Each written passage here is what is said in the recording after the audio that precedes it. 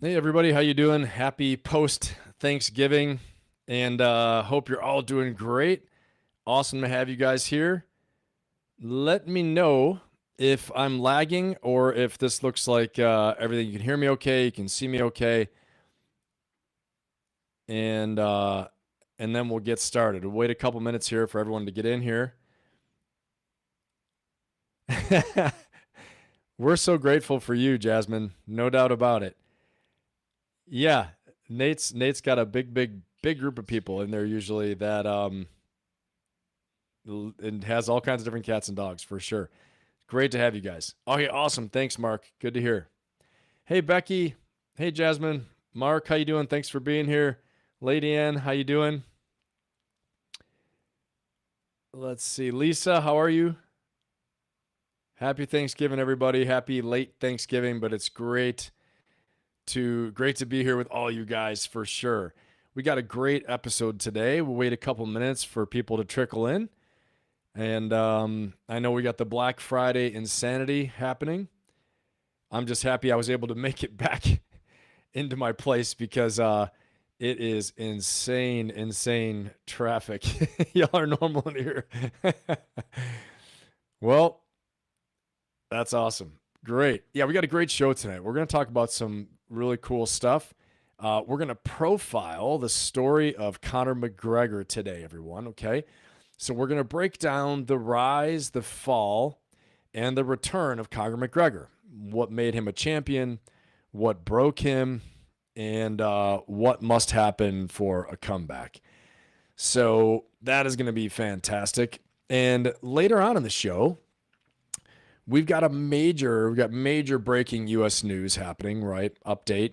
I know you guys have seen a lot of things happening, but we're going to talk about that story out of here in Washington D.C., right in my backyard, and involving the National Guard, plus Venezuela, plus Bitcoin, plus President Trump's land campaign comment. Okay, Bitcoin update, like I said, and also talking about, you know it, South Park leadership lessons as always. So that's going to be absolutely fantastic.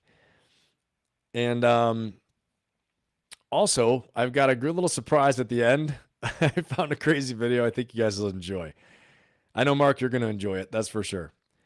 All right, everybody. So let's talk about Conor McGregor. Let's get into this here in a minute. So drop it in the chat what you guys think. Is he going to make a comeback? Where do you think he is right now? Okay. He's the most watched and the highest grossing fighter in the UFC history. Okay. If he's nothing else, he is the one that brings in the biggest audiences, has the craziest fights, the craziest rivalries, and he knows exactly what he's doing. He's giving the audience a big show. So make no doubt about that. He knows exactly what he's doing and why he's doing it. And he is definitely one of those guys that's he's all fire all the way. Okay. So we're going to talk a little bit about this, but let's start first of all where every good legend begins. Okay. In poverty, hunger, and division. All right. So it turns out he was an apprentice, a plumbing apprentice in Dublin, Ireland. He was on welfare, very, very poor, absolutely broke. And, and some of the research I did for this turns out, he got along with his father really well, but his father actually started saying, you're a do nothing, good for nothing. He quit his job as a plumber.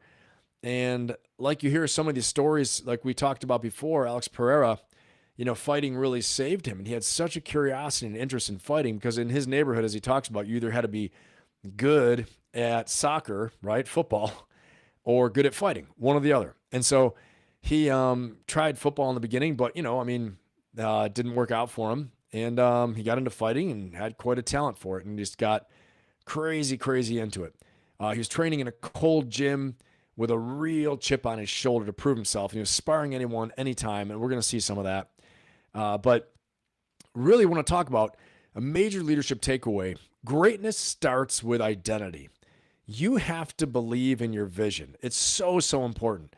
You have to believe in your vision long before anybody else believes in you. And you have to really believe that you're meant for this. Like McGregor saw himself as a champion before anyone else in the world did. Okay. So drop a little fire symbol, drop something in the chat, and let me know if you've ever had a moment you knew you were meant for more, okay? And you were going after it despite the adversity, despite the friction, despite the fog, despite people not believing in you, and you kept pushing and you kept working for it. But let's share a little bit of that in the chat too. Put a little fire symbol in the chat, or tell a little snippet of your story, and we'll talk about that, right? So they do like to fight. That's so true. Hey, happy anniversary, Becky. Awesome. Your writing anniversary. Congratulations. And I'm sure, Becky, you probably have a little story like this, right? Oh, I know you do, Lisa. That's awesome. Awesome, Lady Ann. Perfect, Jasmine. I love it. Put that in there. That's so great. All right, guys, let's check this out. As always, I have quite a few clips in here, and I think this will be a good one. But let's start out with one of his basic philosophies, totally motivational. Let's hear this. Totally motivational. Make sure I'm actually sharing this, though. I have so many windows open, it's easy not to. All right, here we go. This is a good one. If you can see it here and you have the courage enough to speak it, it will happen. If you can see it here. All right, that's one of my favorite ones from him, honestly. He he's known for that, and you see so many young guys, so many young kids that have just done these edits of him, and it's really motivating because he's talking about manifestation, he's talking about law of attraction, he's talking about all this great stuff that you don't hear a lot of the fighters talk about. And so we're going to get into it here with another little clip from him. And let's check this out. This is a good one too. And again, he came from nothing, right? Nobody believed in him, all that stuff. And he's been beaten down. He talks to you too. He's like, I've been beaten down. I've been beaten. I've lost boxing matches. I've lost MMA matches. So wherever you are, first of all, the requirement, how much work you actually have to do to be successful is sometimes more than you think. Give me time, because trust me when I tell you this, I'm the greatest of all time. And I mean, give me time. Give me time, because trust me when I tell you this, I'm the greatest of all time. And I mean, and I will prove it over time. I feel confident going in against any man. Any man, as Chael P said, any man God made. You know what I mean? And not only that, I'll whoop God as well. It's in my head 24/7. There's nothing else I can think. I don't think about nothing else. And that's it. I'm just curiously fascinated with it, and I can't stop thinking about it. Everything I do in my life is related to this. I don't do nothing else if it's not got to do with fighting. You know what I mean? And that is why. You know what I mean? To be true, all you've got to do is show up. Is that not unhealthy? I don't know. Do I look unhealthy?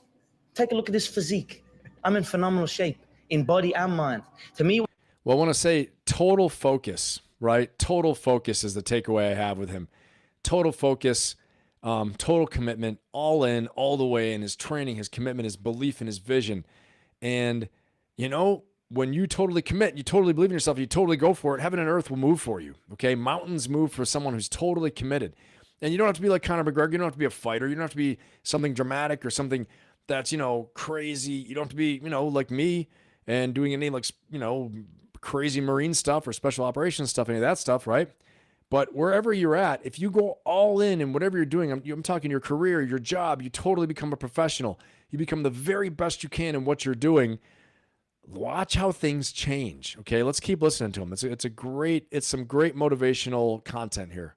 What's unhealthy is living an unhealthy life. To me, what's unhealthy is getting up and going through the same day every day of your life, 9 to 5 in an office or that's unhealthy. That beats your mind. I don't work. I love what I do, and that's why I'm doing what I love. You know what I mean? That's why it's become a career for me, because I love it. I love what I do. So I don't think it's unhealthy. I feel good in my mind. And I do want to say too, if you are that corporate warrior out there, or you're that business warrior, you're that career warrior, you are doing the 8 to 5, 9 to 5. No one does 9 to 5 really anymore. It's usually like 8 to 7, or something like that. But he's right. That is tough. That will beat you down. So you got to treat yourself like a business athlete. I talk about this all the time, being a business athlete. So let's listen to what Conor's saying, but apply it to your own life, okay? Because here's the thing. You can say, well, he's a gifted athlete. Yes. You could say, oh, well, he's special. Yes. But everyone at that level is special. Everyone at that level is genetically gifted. Everyone at that level, they're all so close to each other, okay, that now it comes down to, motivation, training, discipline, consistency, all those things that you can do. You can do in your own life, okay? So take the lessons you can right now. I only put motivational stuff in here. Again, the purpose of this channel is to upgrade your life, to help you level up, right? I only want to put things that are going to help you go from where you are now to where you want to be. So let's take a look at what else he has to say. I mean, it's my life. Stripping that all back to the start of your career, a man with a dream, training in the gym day in, day out.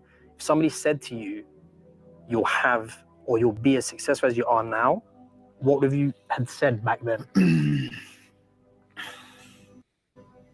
I believe you. That's what I would have said. Because I did believe. Yeah, I believed in it. I had very few people who told me that. I had a small group of people that would tell me something like that. Other than that, it was just me telling myself. Yep. So if someone came up to me and told me that all the way back then, I'd say, you're damn right. Knocked them out. I picked around, John. Yeah, I said this. I'm sure you are probably all thinking in your head, this guy is... Okay, so, Conor, again, I think that one of the key things there is the intensity of his vision, right? His vision was just incredible, just absolutely incredible. His vision was such that it gave him real inspiration to keep going. And he said, so many people didn't even believe in me. So many people didn't believe me. And the very few people who said that to him, he already had it in his mind that he said, you're right. I would tell you you're right. If you had told me that, I would say, you're right about that. That's exactly what's going to happen. I am going to be world champion. I'm going to do all these things. Okay, remember Muhammad Ali? Muhammad Ali used to say all the time, he'd say, I am the greatest. I am the greatest. He'd say it. He'd speak it into existence. Okay, he would speak the words into existence. Your words matter. Your words have power. Okay, you are training your unconscious mind. I've talked about this with my group, our last live session with the Ferocious Optimist community and my coaching membership. Our last live session, we talked about, something called the reticular activating system and how that works in your brain, that you train this to search for what is the good in life, to train it for what is really powerful and going to lead you to the vision you have of your life. But if you don't train it, if you don't tell it, I'm the greatest, I'm going to be a champion, I'm going to be successful, I'm going to be the very best in my job, my career. I don't care what your career is, okay? Whoever's the best in their career, I don't care what it is, okay? You can make good money. You can have a better life, a good life. You can level up. I don't care if you're working at a grocery store. If you're the very best, always so reliable, you're going to get a promotion, or you're going to learn something about grocery stores. You might open your own. You don't know where it's going to take you. So this is the thing, that mindset, vision, all these things matter so much. The way you speak to yourself matters so much. And that's what Conor is bringing to light here. Okay. Incidentally, I know for a fact that Conor worked one-on-one with Tony Robbins. Okay. Who is obviously, you guys all know Tony, what he's done. Tony's one of my teachers as well too. Okay. And he is big, huge on all this stuff, this programming, speaking it into existence, training your mind, training your body, training your energy. Okay. All those things like that, in order to optimize your performance and for you to take chances on yourself that you might be afraid to do otherwise. And Conor will talk about that too, that he sees certain moves and sequences and other people wouldn't do them because they're afraid that they might get knocked out. And he does them and he goes for them. He surprises his opponents. If you've seen him fight, he does a lot of unorthodox things that catches people with a shot and knocks them out. Okay.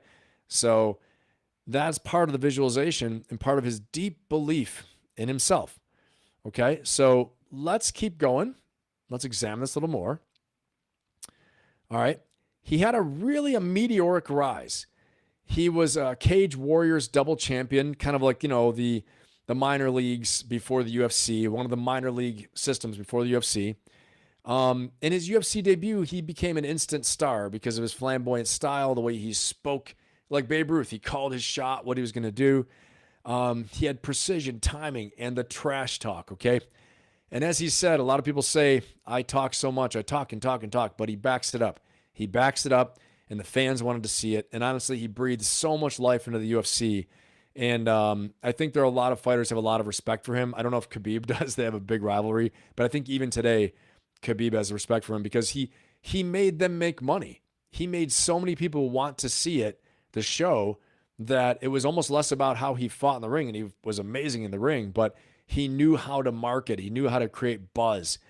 And again, as I'm saying that, it's not just that. The training to get in the ring with these guys and to win was remarkable, okay? And then he would lose, and he made comebacks. So he put his money where his mouth was in all his system, his visualization, the mental toughness, all these things. If you can see these things and you can believe in them, you can do them. And he proved that by making a comeback as well, too. Every fight he did was a spectacle. Knockouts became his big trademark, as you guys know, okay? Very famously knocked out Jose Aldo, who at that point was 7-0, had never been knocked out like this. I don't think he's ever been knocked out before Conor. He knocked him out in 13 seconds with one punch, okay? And it was a counter punch where Aldo came in really aggressively. Conor saw an opening, and he said, I'm just going to step back and counter punch with a hook. And he did it and knocked him out, and he was right. So he's an instant star. It was the moment that changed the sport, and it changed his life. He didn't have to go to the ground. No one was wrestling on the ground in Brazilian Jiu-Jitsu. He just avoided all the Jiu-Jitsu, all this stuff, and just knocked people out with a very sneaky punch, okay? And it was super exciting for the fans, although people probably wanted to see a longer fight too, and they didn't get to see that. So, and I want to say this. When you can hit someone with your beliefs before you hit them with your fists, that's power, okay? That's what Conor would do. He didn't fight them. He fought their identity. He didn't fight them just in the ring beforehand. He made them question themselves if they could even stand in there with this guy. Maybe there was some magic to him. Maybe he was the greatest thing ever. How does he knock out Jose Aldo with one punch? And now he's proving it. But beforehand, he got in their heads. You'll see later, though, that this will play against him later on a bit, okay? Hey, Steve, how you doing? Happy holidays. Happy belated Thanksgiving. All right. Let's get into another video here. Let's check this out. I got some more good stuff for you guys. And we'll actually play this one just a little bit more. I think this is definitely has a lot of good stuff in it.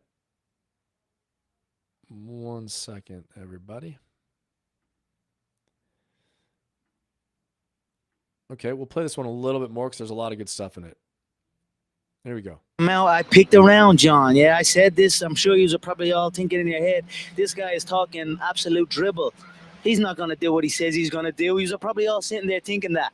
But now here we are again, and I done what I said I was going to do. I feed off this. I love this stuff. This is what gives me energy. Saying I'm going to do something. Putting it out there for the world to see, and then going out and doing it. There's no better feeling in the world than that. And it's as easy as that. Say what you're going to do and go and do it. I'm not going to stare at it. You stare at your past and you'll end up staying there. It's okay to look back and admire it, but you carry on. I'm not in the business of staring back at it. You know what I mean? And getting lost back there. People say a loss can make or break a fighter, but trust me, a win can also make or break a fighter because they get comfortable with a win. People can get comfortable with a win, and slack off then.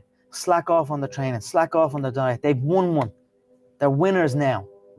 That's not me. You know, you sleep on a win and you'll wake up with a loss. So I just. All right, so that's an important lesson. A couple important lessons right there, right? You know, he's talking about the process of visualization and doing what he said.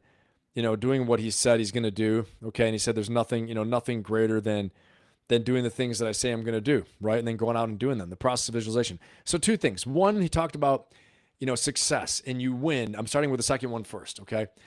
The process of becoming a loser after a win. Okay. I've often said this to clients of mine that I've worked with, and it's my own personal philosophy that I believe in too. And I want to pass it on to you that success is often not a good teacher. Sometimes you win, you don't know why you won. Sometimes you get lucky. Okay, luck plays a role. It plays a role. You want to make sure you understood what made you become lucky. What did you do to get lucky, if it was luck? Or was it luck or was it skill? Okay. Did he get lucky with that one punch against Jose Aldo? Probably a little bit, that it played out just the way he thought it would. Okay. Luck met his preparation and it happened to be opportunity. Opportunity is when luck meets preparation, right? And so that's one thing. So you can become a loser after a win if you let it get to your head. That's what he's saying. And that's oftentimes takes more discipline to ride out the victories and the success, and to maintain your focus, and to maintain your humility, and to maintain your work ethic after you start making money, after you start winning. Okay. People out there lose their minds and all of a sudden they blow all the money they made. They think that they're going to keep making it. If you get a windfall, invest it, pay off your debts, invest it. Okay. Make it help you. Don't just go blowing it, buying new stuff, right? As an example. The next thing is this, he talked about speaking my goals to the world and then accomplishing them. So I want to say something. There are two schools of thought. One is work in silence, tell no one of your goals, just arrive and be different. Okay. Arrive and let them never even, recognize who you are. Awesome. I agree with it in some circumstances. I even have said it before. Okay. But I do want to say there is massive power when you put this positive peer pressure on yourself by announcing your goal. Okay. Sometimes we become so electrified and motivated by saying our goals to the world. When you say your goals to the world, the next thing you know, you feel this pressure to get it done and you feel energized by it. Now the world is watching you. People are watching you. Okay. And sometimes we say our goals though too, and people come to us and they put us down. Okay. And say, you can't do that. And maybe that lights your fire. Maybe it makes you go in a shell. Okay. But Conor is onto something, because there's psychologists, and there's been some studies by psychiatrists, psychologists, some research studies showing that when people announce their goals and make them more public and they say what they're going to do, that it motivates them so much more to get them done. You push harder, you go more, you do more because you have an audience now. Okay. And it creates self-accountability. So you have to decide what's right for you. But I'm just telling you, that's what Conor had done. Conor, just like Babe Ruth, pointing to the stands and knocking the home run out there, right? Telegraphed and said, this is what I'm going to do. I'm going to knock him out in the first round. I'm going to do this. I'm going to do that, right? I'm going to become a champion. And then I'm going to fight so-and-so, okay? I'm going to fight all the greatest. I'm going to be the greatest of all time. I have the most people, the most money. And he did it, okay? Now, had he not done it, would he get some crap for it? Sure. Sure, he'd get some blowback. But do you think he became greater because he realized the pressure? Then I got to show up. Now I got to do it, right? So it's like when you announce to somebody that you're going to run a marathon. And then if you don't run the marathon, you have to contribute to the person you hate the most. You have to contribute to their political campaign or some cause that you can't stand, something like that. Okay. So, or you have to give money to somebody that you don't like. Okay. So this is the positive part of creating goals and publicly stating them. He created global accountability. He created public accountability. So having accountability for your goals and stating what you're going to do, okay, also creates a lot of power and energy and positive pressure on you. All right. But you have to decide what's right for you in each case. Okay. And you don't have to say everything you're going to do, but he'll put a real fire under your butt, because now you have people, the world is watching, and an audience can put some pressure on you. Okay.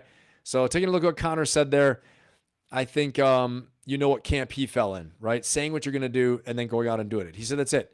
Say what you're going to do and then go do it. This is his philosophy, his belief. Okay.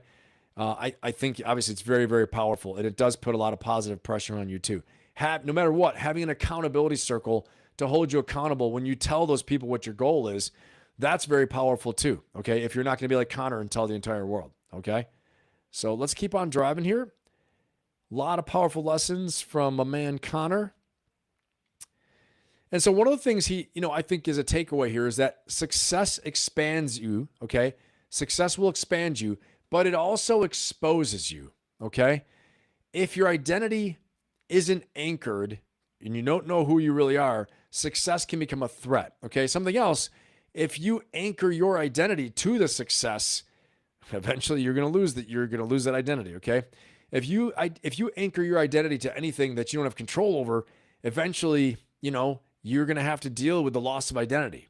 All right. So if your identity is anchored to your career, if it's anchored to, maybe a relationship, or maybe it's anchored to a certain thing you do, a capability you have, your physical strength, your physical appearance, all these things like that, material things. You're going to have a reckoning someday where you're going to have your identity will be threatened. And in Conor's case, his identity was anchored to his success, right? And so it really became a threat, right? He was not anchored. He didn't truly know who he was at his core. So all this hype and all this attention, all the media, all the money, all these things like that really, kind of messed him up a bit. Okay. And we're going to see that. We're going to talk about Conor's fall and his eventual bounce back a little bit as well and see just what happened. But let's check out this next video. Got some more good stuff here.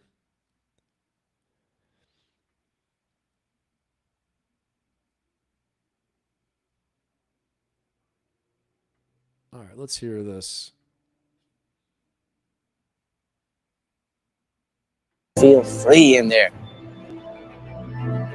Sounds like you were the last person that ever gave an excuse why you lost.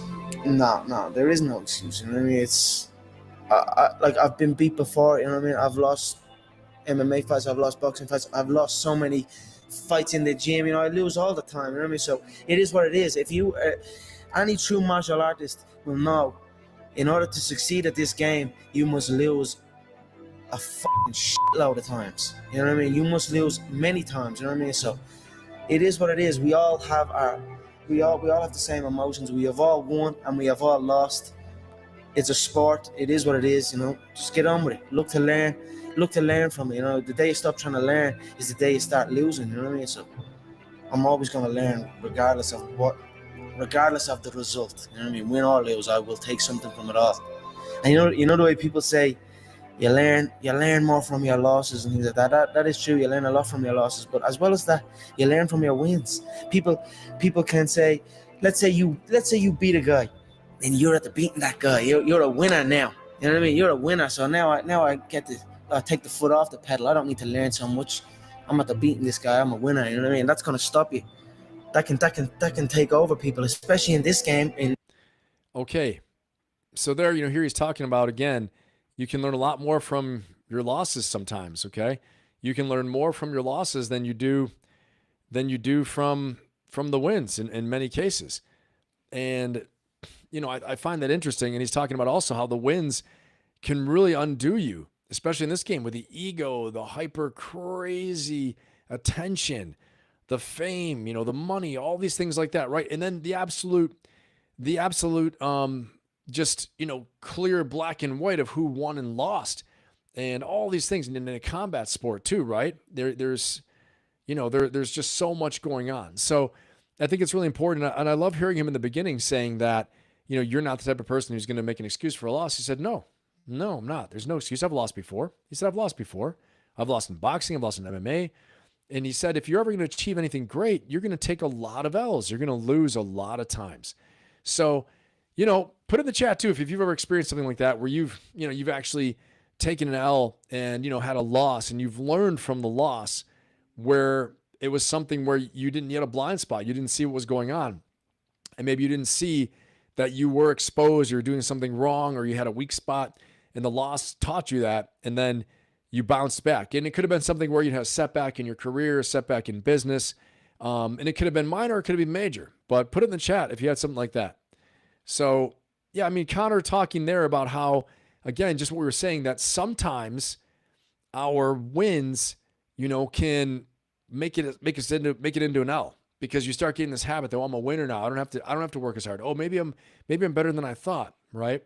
Whereas you learn from the losses, they fire you, they keep you going. They also test you. Do you have what it takes to keep going? Can you bounce back? Many people don't, especially in that game. But a major takeaway here is when he said that you're going to have many losses on the way to that eventual big victory. So you got to believe that. In my own personal philosophy of ferocious optimism, we believe that 100%. You got to have the combat mindset. And the combat mindset says that you're prepared to do more than you've ever done before. You're going to go harder than you've ever gone before. You're going to push through fear, push through pain.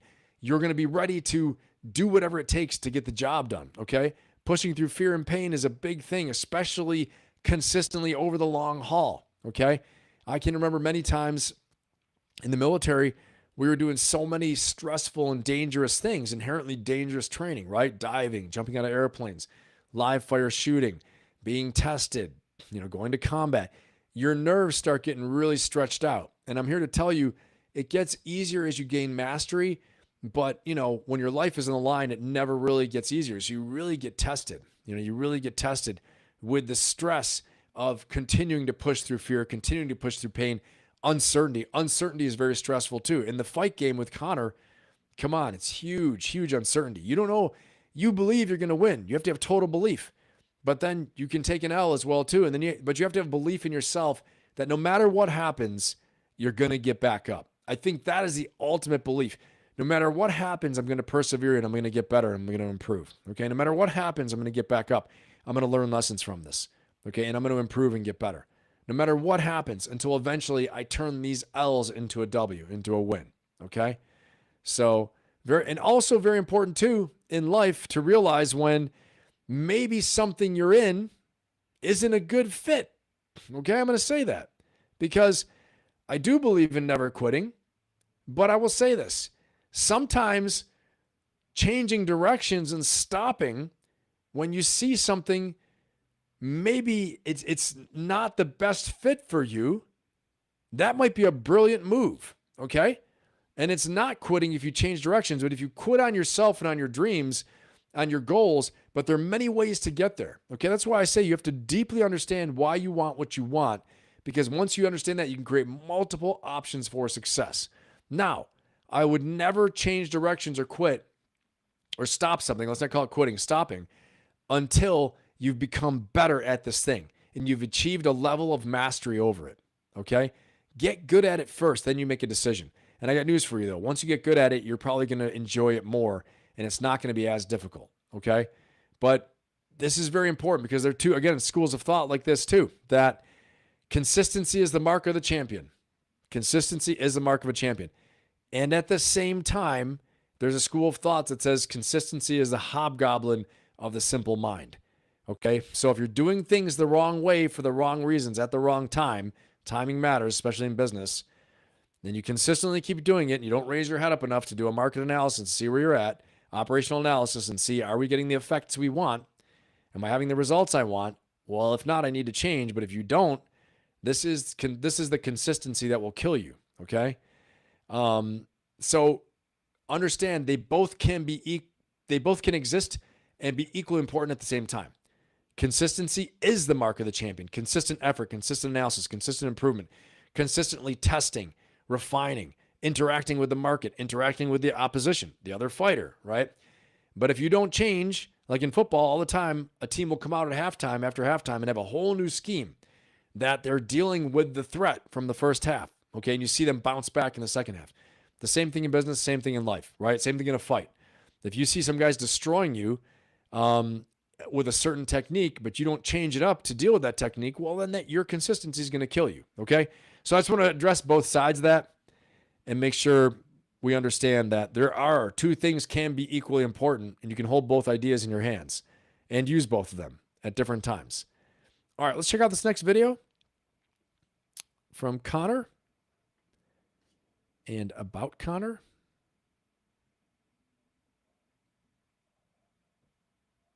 Let's see here. And so Conor hit a point where he was starting to, drop down a little bit. Okay, he was starting to go down a little bit, but we're going to check this one out first. A little bit more. Oops, wrong one. I'm going to dump that one actually. And we're going to go into this next one that I think is really great. All right, check this out. Here we go.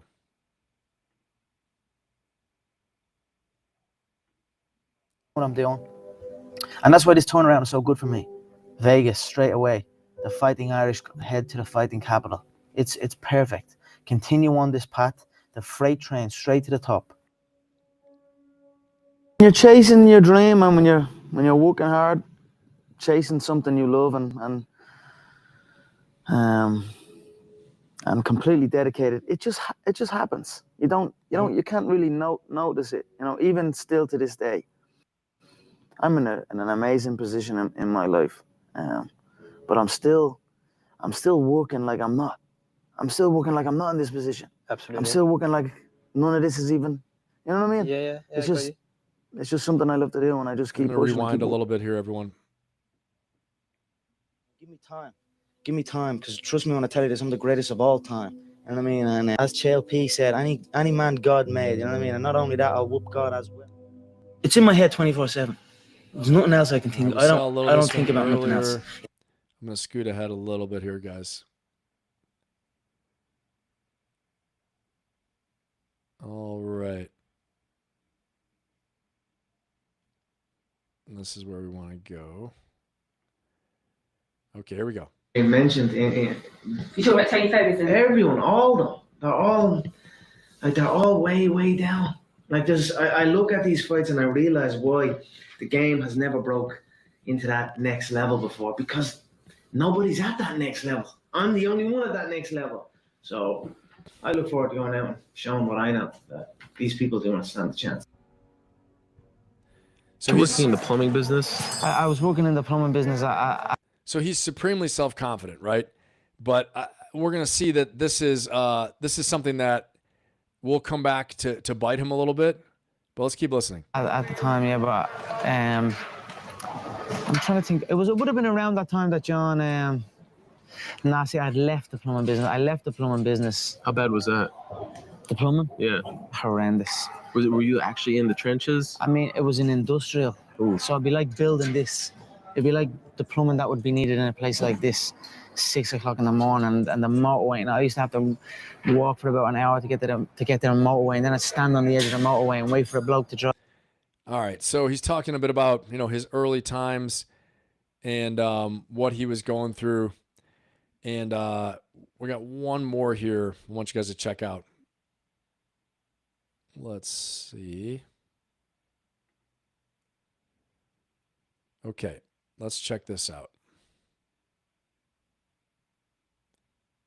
UFC 246 was another electrifying Conor McGregor fight, finishing Cerrone by TKO in just 40 seconds. Conor fans thought he was back, as the Irish Beast came out in the post-fight interview taunting anyone who dared to fight him, only for him to once again announce his retirement on Twitter. Oddly enough, if he did retire here, it could have been seen as a graceful exit, a nice comeback victory where he showed class throughout the whole process, but something would draw him back to the octagon. Conor also finally announced his engagement with his longtime partner, Dee Devlin. She stood by his side through all the highs and lows, from rags to riches, and now they finally felt it was time to tie the knot. And just like the last time he made some surprising life updates, shortly after came accusations. Conor was arrested on suspicion of indecent exposure and attempted sexual assault in France. AFP Sports stated, McGregor was the subject of a hearing by the police, where he... Okay, so we're starting to see a little bit of his downfall, right? We're seeing, the fame getting to him. He took some losses. He had some injuries. And so like I talked about earlier, when your identity is attached to something you can't control and you're not firmly anchored, really you're going to go through turmoil, go through hell. You're going to have such a hard time. And the next thing you know, you could be acting in ways that you shouldn't be acting, okay? And that you wouldn't normally behave in a certain way. And clearly for Conor, he wasn't that way on his rise to power and his rise to the championships and to winning 2 titles and to holding both belts simultaneously and all these things. But, he had some real problems, okay? He was having troubles in his marriage. He was having a pretty serious drug addiction from all accounts that I've seen. And, most recently, he has claimed to be a reborn Christian. Okay. So he's, born again Christian right now. And there's talk about him coming back and doing a fight at the White House. And we're going to check that out in a minute here. But again, no matter where you are in life, I think everybody hits that point where you hit rock bottom, right? And so for Conor, he had such a meteoric rise and so much fame and so much success that, it's bound to happen where all of a sudden in the fight game, you lose a step. He had his leg broken. He'd broken fingers, all these things like that before fights. He lost the title. And, he was starting to get a lot of hate for the disrespect. In particular, he showed Dustin Poirier when, you know, he was talking trash, saying things about his wife and all the stuff like that. And Dustin had laughed it off at one point. He goes, you know, man, you used to be so much better. He's like, it used to be so much better. And, you know, I don't, he's basically saying to him, you know, you're not good at this game anymore of trash talking. It's coming off wrong. Even the fans started turning against him a bit. And of course, he was still a big draw. People wanted to watch, but now they were wanting to watch not to see if he could do it. They were wanting to watch to see if he'd get his ass kicked. Okay, so a big difference there. But the cracks really started to appear. The money, the distraction, the fame, the comfort, training inconsistency. He wasn't training as hard and as well. His ego outpaced his discipline. You saw that he was going to go ahead and retire, but he didn't retire. Okay, and he's always getting drawn back in by these rivalries, by seeds he actually had planted by all his trash talking. Okay, he was having legal issues with, you saw the thing in France with the alleged sexual assault. Losses were mounting. And again, reputation was taking a dip, even amongst the fighters too. But, you know, the truth is, as he said, success can make you dip off, and more sometimes than even failure will. Because success gives you permission to stop doing the things that built you, that brought you there. So if you take nothing else away from tonight and from this lesson, is that, you know, you've got to keep going with the things that brought you to success in the beginning. Like the old saying used to be, dance with the one that brought you there, right? He had a painful identity drift too. He's no longer the hunter. He's no longer under pressure. His fame replaced the hunger, and his ego replaced, mastery. So overall, the big lesson here is that when discipline disappears, identity collapses. Remember that. When discipline disappears, your identity is going to collapse, especially when you start getting attacked and getting hit, taking losses, getting friction, having, job friction, issues at work, all these things like that. And that is his work, right? So let's check out this next one. Got another one from him here. And I think this will be a good one too, kind of an idea of where he is today. Dana White, the owner of the UFC, is getting interviewed by Logan Paul. I think he needs no introduction. This UFC card that's going to take place on the White House lawn. How do you decide the headliner? John Jones has made it clear I want to do this, and he sent me a text apologizing and all that stuff, but I need people that I can seriously rely on for this one. People talk shit about Conor. Conor is a guy that literally will fight anybody. But does he care enough to actually make a fight right now? He and I have been talking nonstop, and he's like, I'm dead serious. I want this. So we'll see. This UFC card that. All right, so you see Dana White, the CEO, founder of the UFC, saying that, Conor is going to be on this fight on the White House lawn. Okay, big shenanigans. I don't know, but they're saying that's going to happen. So we shall see. I would love to see that. And if nothing else, but you see Dana White, what he's saying. People talk a lot of trash about Conor, but one thing for sure is he will show up. He will do his job. And when he says, apply this to your own life, he will fight anybody. That doesn't have to be you. It doesn't have to be me. But what does he mean by he will fight anybody? His job is as a fighter. He makes his money as a fighter. Dana White relies on him to be a fighter and an entertainer, okay, to make buzz. So think about the professionalism that Conor actually has to show up despite criticism, despite, a lot of people having turned against him. He will still show up and make a show of it, be a professional, fight to his best, prepare to his best, fight whoever he rolls out against him. He'll show up. So I think a lot of the times in life, it's will you show up? How will you show up? Will you come full force, full energy, everything you got every time, even when your physical body's on the line? There's fear of embarrassment, which Conor could be totally embarrassed right in front of the world. Mike Tyson once said one of the most terrifying things is fighting on live TV in front of the world or on HBO. Millions of people watch you, and if you get knocked out, it's terrifying. It's so embarrassing. I remember Mike Tyson saying that, right? He never let on to that till years later. But so all these things are on the line, okay? And so Conor's still going to show up despite everything, right? And despite the comfort too. He's a professional. So you got to ask yourself, and I ask myself, how much of a professional am I? Am I going to show up? Rain or shine or no matter what, things are good, things are bad. Are you still going to show up to give your absolute best to your community, your clients, your customers, your work, right? Your teammates, all the people who are depending on you to do your job. Okay. So that's pretty inspiring to me. And hopefully you're seeing the same thing. Let's see. Got another one here. A little more inspiration from Conor, I believe. Let's check this out. The key to living the law of attraction. Some good little quotes and all like that. I like reading. No, it's just grab one. Anyway. Constant repetition carries conviction. That anything can be achieved, and it can be achieved like that. You know what I mean? If you put the head down, if you work, and you believe in yourself, and you speak with confidence, and whatever you want to do, you speak it loud with no fear, and no matter what people say, it happens. So that's something that I can take with me, and that being able to do that actually inspires and motivates me right back. So I can be a product of my environment. You know what I mean? If I'm in with the wrong crowd, I just kind of become wherever. You know what I mean? So that's why I like to be isolated, and that's why this has helped me.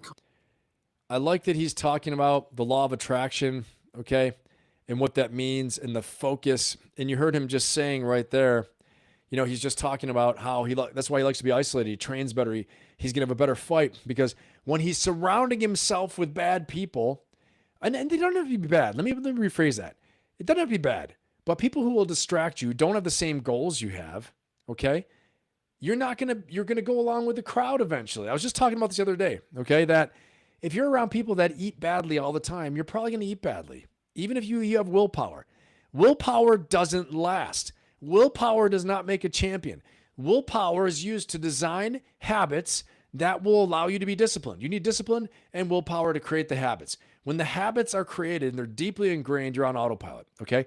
But you have to surround yourself with the right people. If you don't have people that are on the journey with you that are doing similar things, that are uplifting, empowering, supportive, meaning they don't tempt you, they don't try to get you off track, then you're going to be in trouble. Nobody has that much willpower. They can deny everything all the time, okay?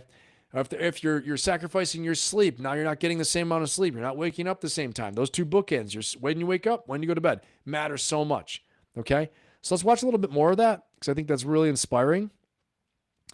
And this is him, on a comeback after having a loss, after he lost a title. We're watching him on his comeback trail, and I think he eventually actually did win this title too. So let's keep going on that. Coming out here and being. So that's why I like to be isolated, and that's why this has helped me coming out here and being locked in an apartment on my own, building back up my leg, going from rehab to home because there was no outsiders. It was isolation, it was visualization, it was motivation, and it was dedication. There was nothing else going on in my life. You know what I mean? It needs to be like that. It needs to be no outsiders. It needs to be, you need to have your team and your focus, and that's it. I don't need friends that aren't involved in this game. Or that aren't on the same path, you know what I mean? Because it doesn't make sense. I felt when we.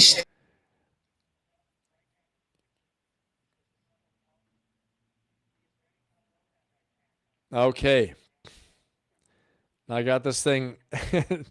This thing's still playing in my headphones. Sorry for the pause. So again, I think it's really critical. But you listen to what he's saying, right? No outsiders except for the team. I don't need people who are not friends, who are not in this game with me, right? And whatever game you're in, whatever business you're in, whatever your thing is, you got to consider that. Do you have friends that don't have the same goals and ambitions you do? They don't have the same values you do. Are they fun friends but are leading you off track from what you truly want, what you know you're truly capable of? Okay? These are your fun friends. Maybe you allocate your fun time, okay? But understand this, you will be set adrift and you're going to go down a path and you're going to waste time. And maybe it's not going to be anything so bad like it's going to destroy you. But eventually when they take your time, it's your most precious resource. This is your life. What you're doing better matter. You're trading your time of your life for this thing. Okay? So thank you for being here with me tonight because you are trading your life tonight. And I hope I'm going to deliver and I'm going to upgrade your life. All right? By being here. So this is nourishing. This is good. You're on the path, right? We're all on the path together to leveling up. Having a clear, supportive, positive community makes all the difference in the world, an accountability circle, okay? And so I think Conor, he's reflected on the losses, on his crazy behavior, drug use, allegations of sexual assault, all these different things like that, right? He's running around going crazy. And, he knows that the wrong influences can mess him up, especially when he's at that supercharged state, when he's having so much success and he feels like he can do anything. that state of euphoria, you got to watch yourself. When you're in that state of euphoria, things can happen. Okay. I've heard it said that people who, abuse drugs, they get into a euphoric state. They want to get more euphoric or they want to come down from it and they use drugs. Okay. I've heard this said by drug counselors, things like that. Okay. So just for what it's worth, understand that. All right. Surround yourself with great people, have that focus, and it makes all the difference in the world. Let's watch a little bit more of that one again. There's just so much gold in this with Conor, especially publicly, his rise, his fall, all the things he's been through. Let's listen a little bit more of this. That right hand, and I feel that could be a downfall. It was a subtle tell for me. All right, listen to this part right here. He's talking about before. You know what I mean? Because it doesn't make sense. I felt when we stared down, I felt his right hand was twitching, which was a subtle tell for me. He is ready to unload that right hand, and I feel that could be a downfall for him. If he lets that right hand go, I will not be there. I simply enter the way I enter, and that is enough. They either overextend or they shrink away, but either way, it is not good for them. I will create traps and dead space inside that octagon, and I will walk him into that dead space, but all of a sudden, he will be in danger. Okay, so again, he comes in with a total plan, total focus, total belief in himself. Guys, we can take away a lesson for ourselves, right?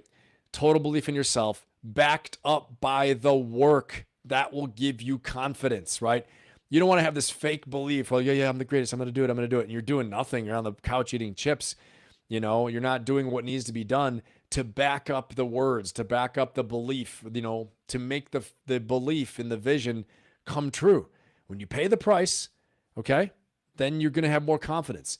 And something else too, there is no success without sacrifice. If you're not sacrificing, like Conor said, he doesn't want any friends that are going to lead him astray. He doesn't want this or that, friends that aren't in the fight game with him, okay? You're going to have to sacrifice something to get that success, all right? And so it's so, so important.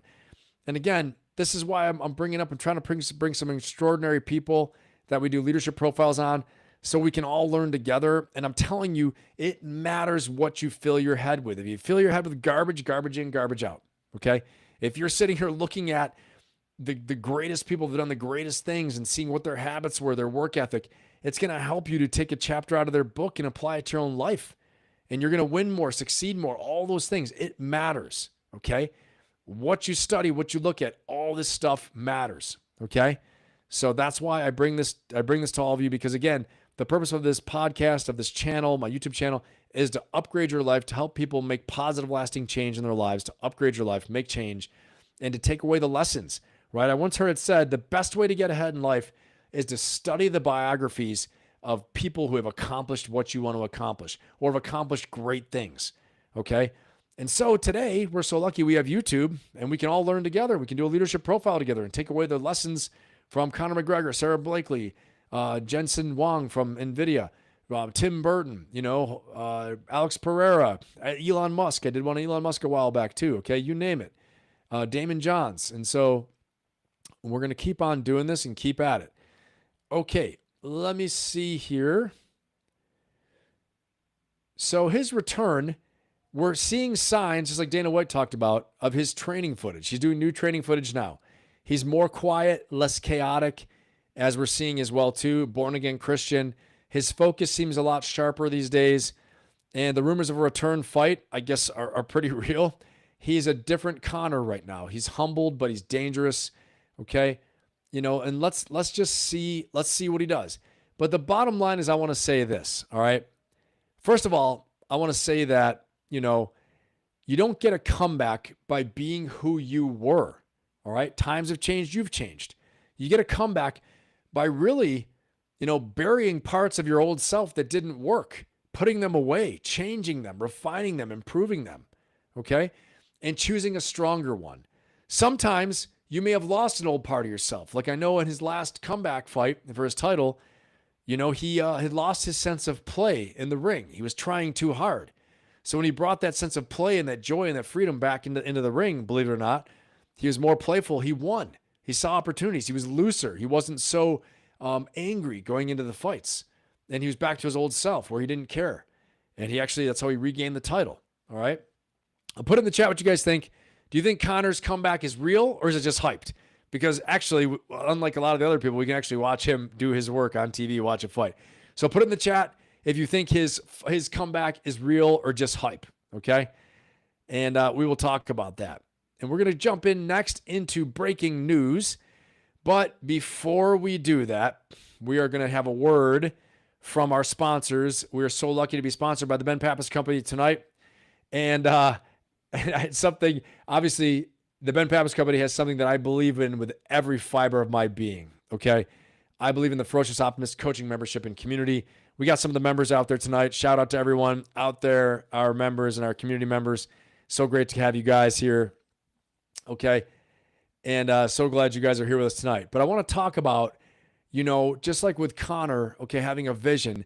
If you're tired of drifting, okay, and you're done doing life alone, you heard what Conor was saying about having his team with him, the right people, having a focused group to hold him accountable, okay? If you're done drifting and done doing all this alone and trying to level up alone, if you want clarity and discipline and brotherhood and sisterhood, community of people that care about you, positive and supportive, that actually lift you up, then the Ferocious Optimist community and coaching membership, my coaching membership, is where you belong, okay? What you're going to get live group coaching every month. We're going to do a Zoom call, private Zoom call, where, you know, you'll actually get to do Q&A with me afterwards live. We see each other on Zoom. You hear me, okay? We hear each other. We're talking. I see you. Or you just have you don't have to have your camera on if you don't want to. But the sessions usually go for about 2 hours. It's absolutely fantastic, okay? I'm teaching you my latest cutting edge strategies, tools, and techniques to get ahead in your life, to get more energy, have more confidence, have more clarity, okay? To get unstuck, to build an unstoppable mindset, the psychological success strategies and actual tactical success strategies to get you from where you are now to where you want to be. So your blueprint of life, your vision of life, like Conor McGregor's, will get to be reality in front of you, okay? Because we truly feel pain when the life we're living right in front of us, our reality, doesn't match the blueprint we have. It doesn't match the vision we have, okay? But what happens is that you actually will suffer. Suffering occurs when you believe you're powerless to change your situation from where you are now to where you want to be. And I'm here to tell you, you're not powerless, okay?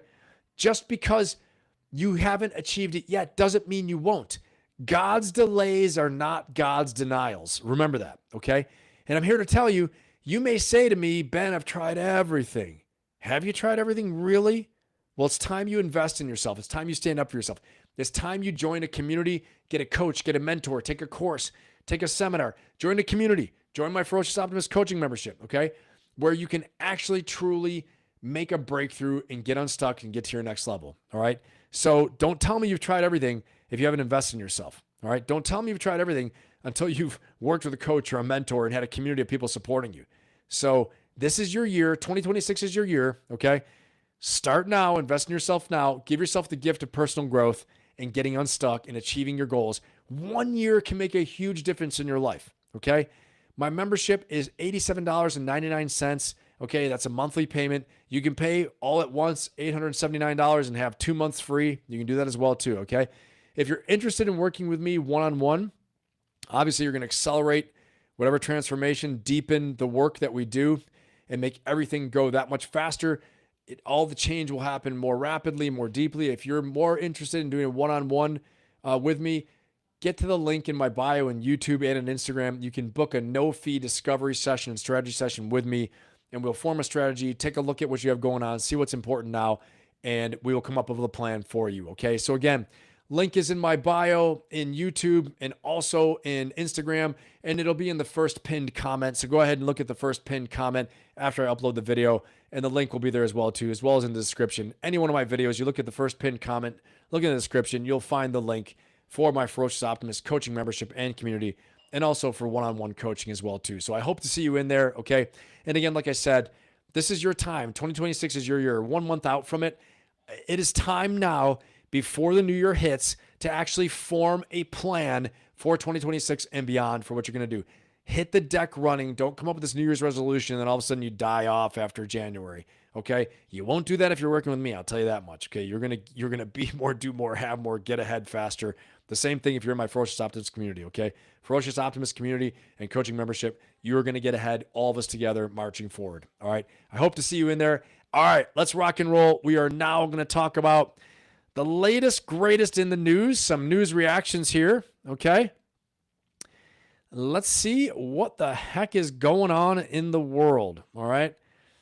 I think most of you know we've had some crazy stuff. We've got to talk about it. We're going to talk a little bit about the National Guard shooting right now, and we're going to see what happened, who's responsible, how did this happen, and all the particulars. All right, let's get into this right now. And give me 1 second here, everybody. Let's check this out.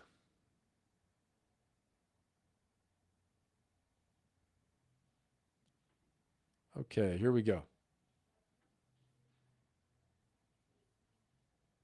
All right. And I'm honored to speak with so many incredible members of the U.S. military and to wish all of you a very happy Thanksgiving. Before we begin, I want to express the anguish and the horror of our entire nation at the terrorist attack yesterday in our nation's capital, in which a savage monster gunned down 2 service members in the West Virginia National Guard who were deployed as part of the DC task force, which has done such an incredible job. I mean, until yesterday, we literally had no incidents for many months. It was the safest place imaginable. And this is a different kind of crime. This is a really bad crime. Millions of Americans are praying for those heroes and their families. And I must unfortunately tell you that just seconds before I went on, right now, I heard that Sarah Beckstrom of West Virginia, one of the guardsmen that we're talking about, highly respected, young, magnificent person, started service in June of 2023, outstanding in every way. She's just passed away. She's no longer. Okay. So that's the news. All right. So put it in the chat. You know, I know we have a lot of feelings for this. Okay. Obviously going both ways, and who's to blame for this? Is there someone to blame?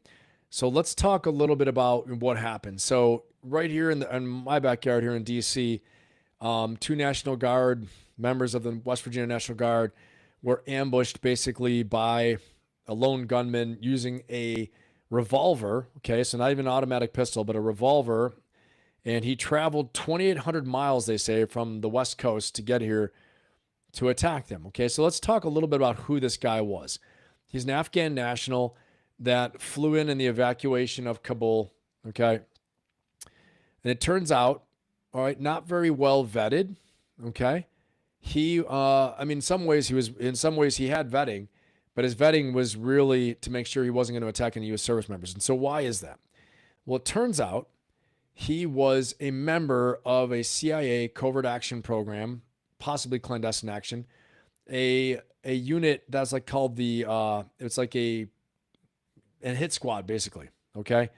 And so they trained and deputized these Afghans to go and conduct attacks for them. Okay.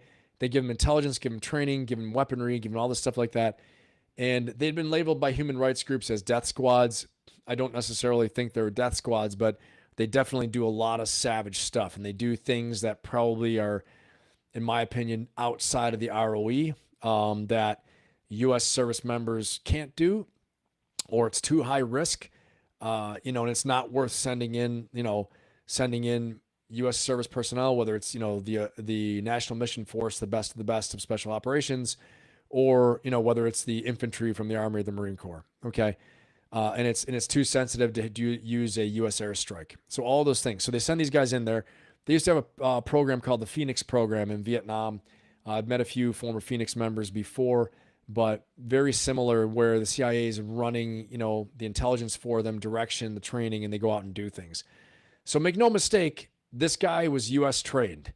Okay. He was trained by probably some very elite members within the CIA's certain groups of the CIA, and without me going into too many details here that I'm not allowed to talk about.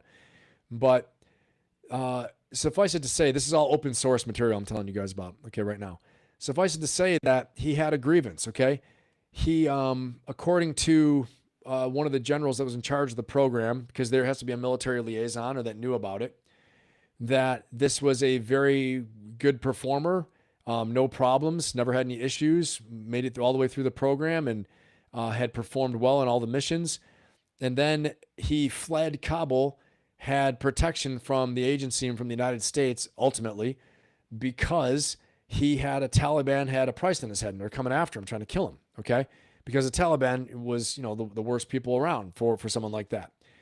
But I also learned that he was also a part of the Haqqani network. Okay, the Haqqani network was a terrorist network, most of the time, the vast majority of the time, an enemy of the United States, okay? But there were rumors, some rumors and some speculation that he was also part of the Haqqani network, okay? And so those ties don't always leave you. When they come over here to the United States, and why is President Trump freaking out right now? And put in the chat what you guys think. I'm just giving you what I think, okay? I'm giving you what I think. And so he's freaking out and saying no more visas, no more immigration. We're going to check all the, we're going to stop immigration from third world countries and emerging economies, all those things. And why is he doing that? Well, he's doing that because now they're coming to find out we had an attack from someone who we thought was good, but did we truly vet them? Do we truly know who they are? Did we truly run all of the tracing we can do to the utmost of our ability? And I'm going to tell you no. Okay. The CIA get these people in their program. They want to know one thing. Can you perform? Are you willing to do things? Are you willing to fight and to kill and to do some nasty, savage things that are part of our agenda and part of what we want you to do? Yeah? Okay, cool. Train them up. They're not going to turn on us. Low risk of them turning on us, having an insider attack or against U.S. service members. Okay, good. Good. Send them out and do our bidding. Okay? So the biggest thing they're vetting them for is they're not going to do an insider attack, or they're not going to turn on their U.S. handlers, okay, at the time. But once they get inside the United States, what was going on? I don't know. I've also heard things that he may have had PTSD. Let's watch some more. Okay, I heard from there was another senior level official on another thing that I was reading saying that, or that I watched, I can't remember at this point, saying that he may have had some real problems with PTSD. I don't think that's it. I think it's a real grievance. That's usually why people do things like this. So, in my opinion. All right, let's watch some more about this.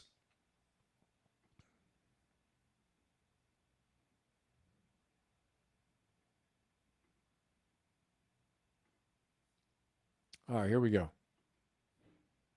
But we begin with the shooting of two National Guard troops in our nation's capital. The president confirmed yesterday that 20-year-old Sarah Beckstrom has died. The other Guard member, Andrew Wolf, is, quote, fighting for his life. This morning, U.S. Attorney for D.C., Janine Pirro, expressed hope Wolf could still recover and said charges are being upgraded for the suspect. There are certainly many more charges to come, but we are upgrading the initial charges of assault to murder in the first degree. The other guardsman, of course, we still have hope. He's still in critical condition.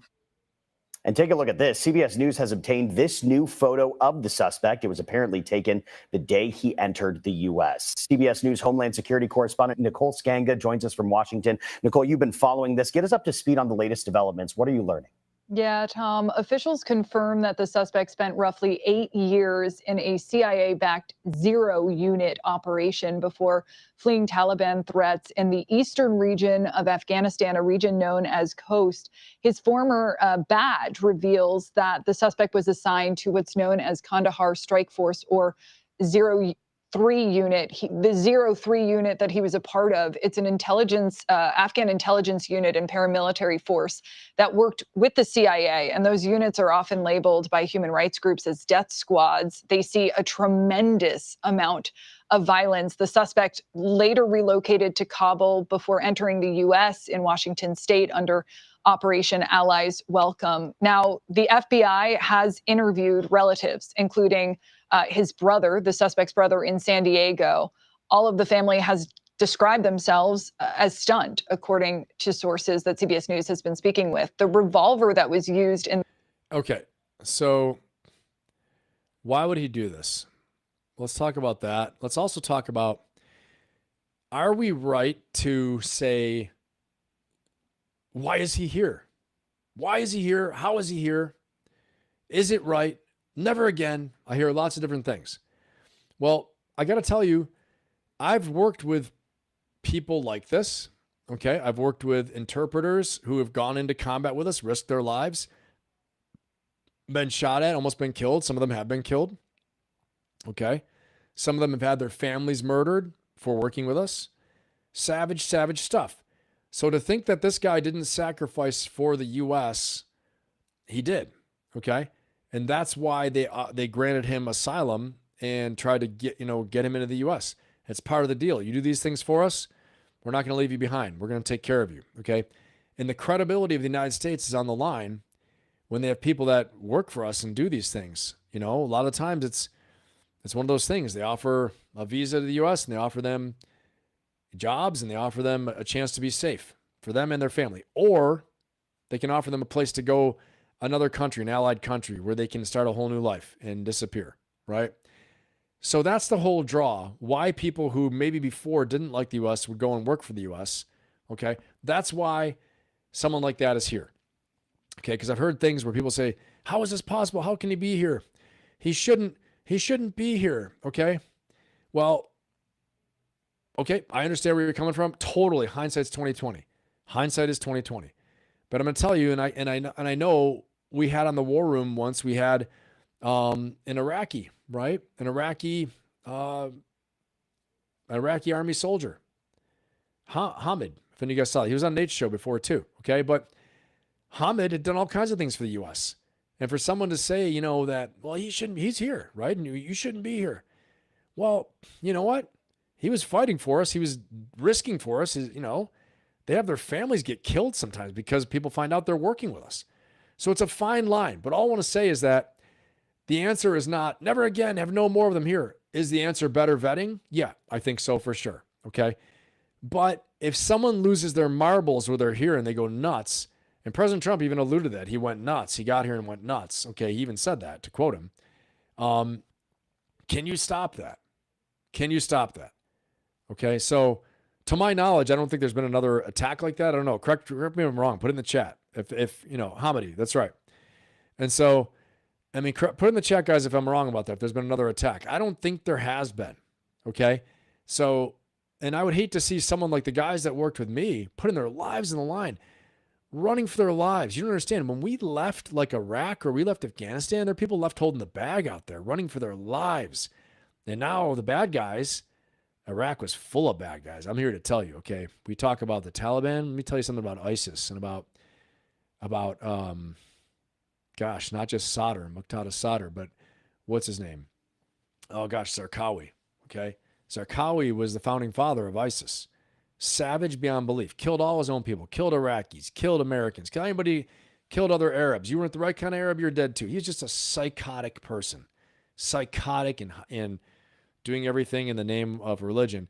But then people want to have a power grab and he forms ISIS. They want to reform the caliphate. So what I'm telling you is that these guys went on a rampage killing everybody. We went back in there. We had to go back in, right, and put it down, which I think eventually with the Iraqis and Americans, we did, made mincemeat of them in Trump's first presidency, okay?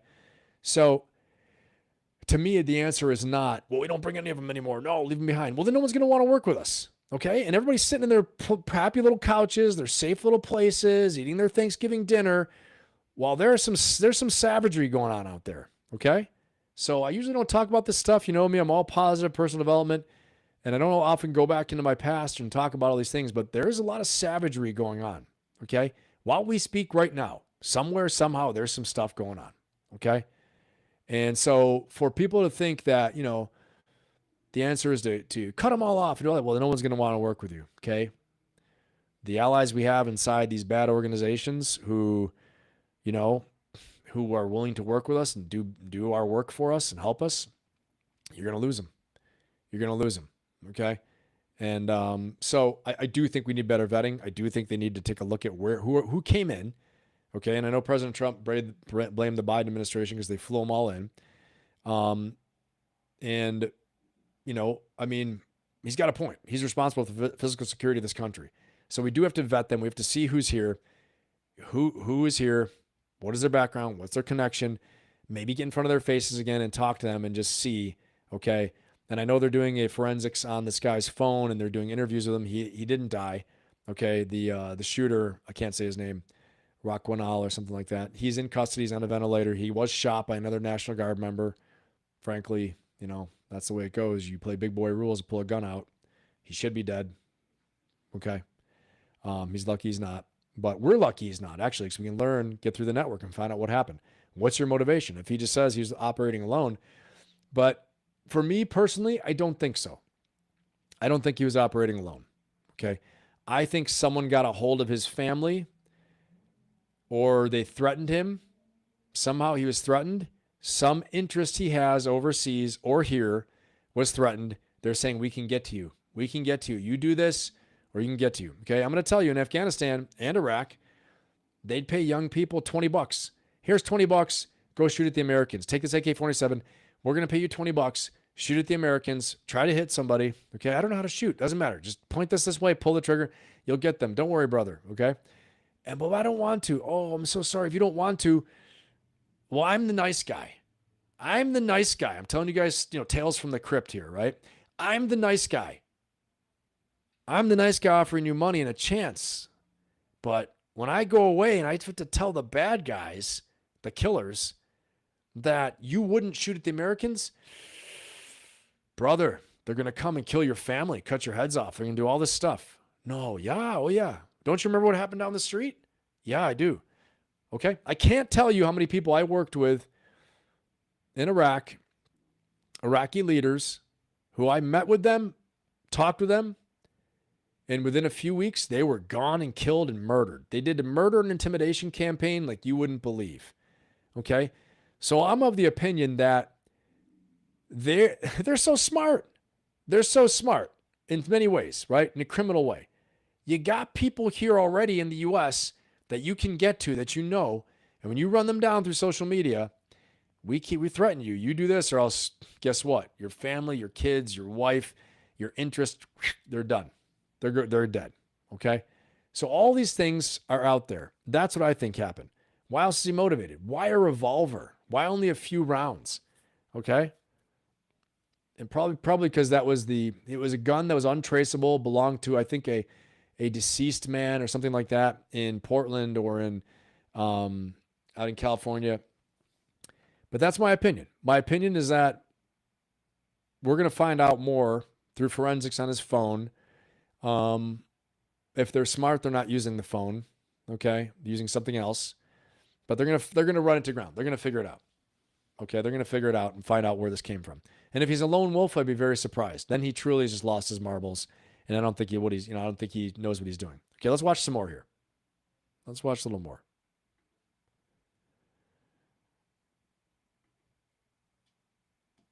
Let me see what else we got. Okay, watch a little more of this one.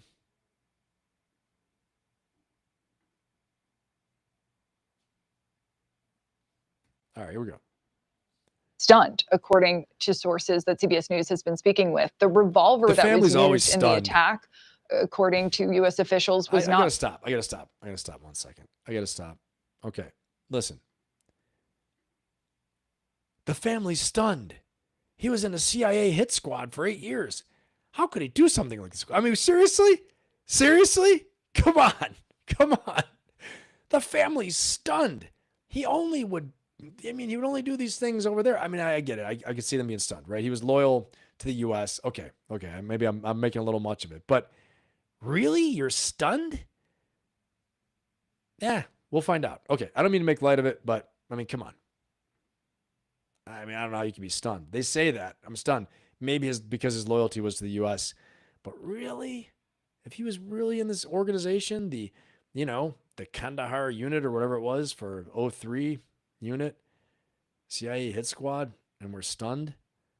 I'm not stunned. I'm here to tell you. I'm not stunned. I think there are probably other people like me, not stunned. All right. Let's see.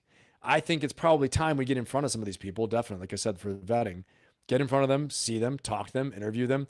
What are you doing now? How's life going? How do you feel? Any plans to do an attack? No? Okay. You let us know, right? But something, they at least got to get in front of them. I mean, here we are.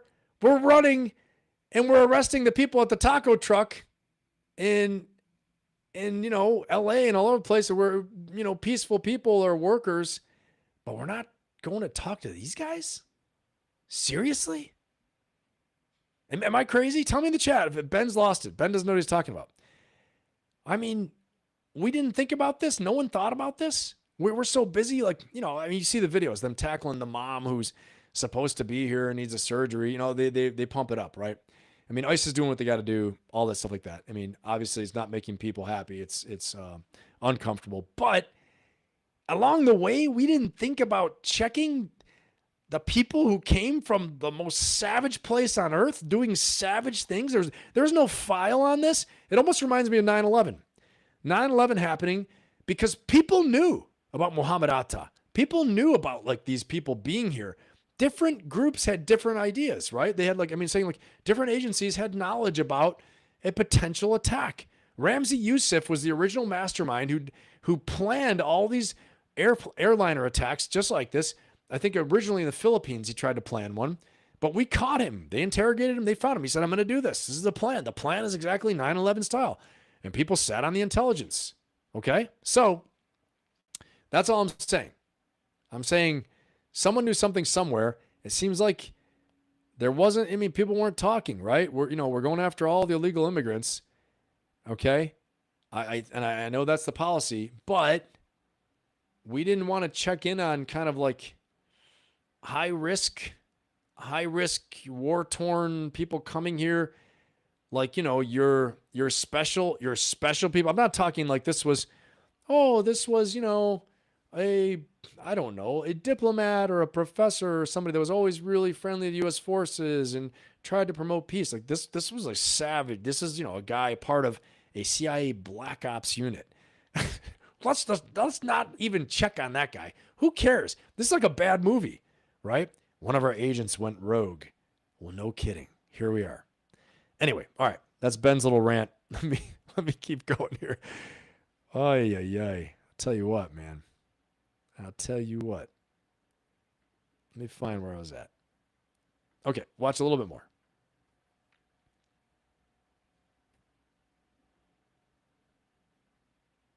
With the revolver that was used in the attack, according to U.S. officials, was not registered to the suspect and was traced back to a deceased resident in Washington state.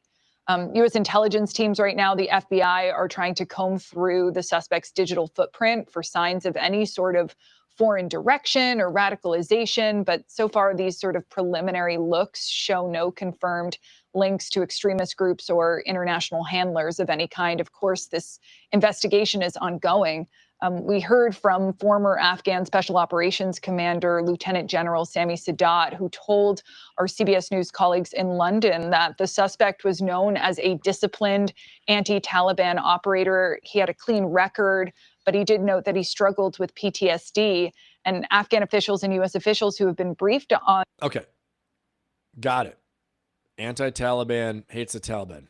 But let's get into Afghan politics for a minute, okay? Understand that many people hated the Taliban, many terrorist organizations that we would call terrorist organizations who we decided to work with because the enemy of my enemy is my friend, right? I'll say it again. The enemy of my enemy is my friend. So he was with the Haqqani network is what I had seen before in some of this research, okay? Haqqani network could be kind of okay to not attack the U.S. and work with us against their enemies to improve their power position later meaning now, okay?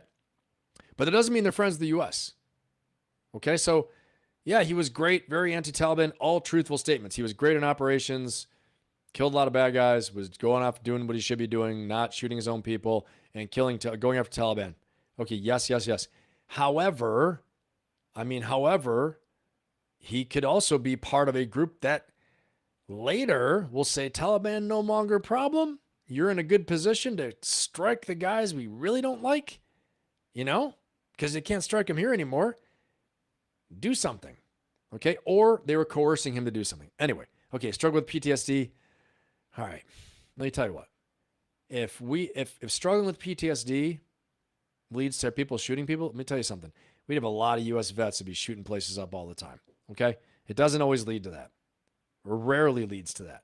Drinking, yeah. If you told me you found this guy drunk on the White House steps, okay, yeah. Or he beat somebody up or went crazy, but in broad daylight while he's sober, shooting people with a revolver, I don't buy it. Okay, I don't buy it. I'm sure Nate's going to cover it later. Watch Nate on Valhalla. I'm sure he's got a great show for it. I'm sure it'll be awesome. Okay, let's watch a little bit more. Hey, and I saw some in the chat. Thank you so much, Steve, for saying that. What's up, Steve? Good to have you here, man. And Steve is right. Like the show, subscribe, share, do all that stuff, okay? It helps us out. It helps grow the show, grow the channel.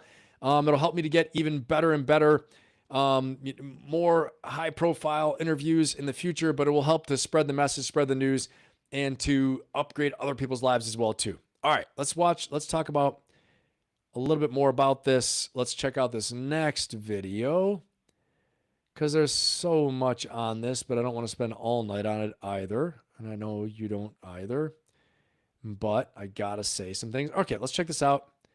An alert from an ex-FBI agent, what he knows. Let's see. The suspected DC shooter, Ramanullah Zakhawal, was part of a zero unit in Afghanistan, elite militias back. Wait, 1 second. 1 second. Do you guys find it funny that in the background he's got a Christmas tree while he's talking about the DC shooter? All right, sorry. That's my sarcastic side coming out. Let's watch it. Yeah, the Christmas tree, while you're talking about this, they probably could use a better angle, right? Oh, how Christmassy this is. All right, here we go.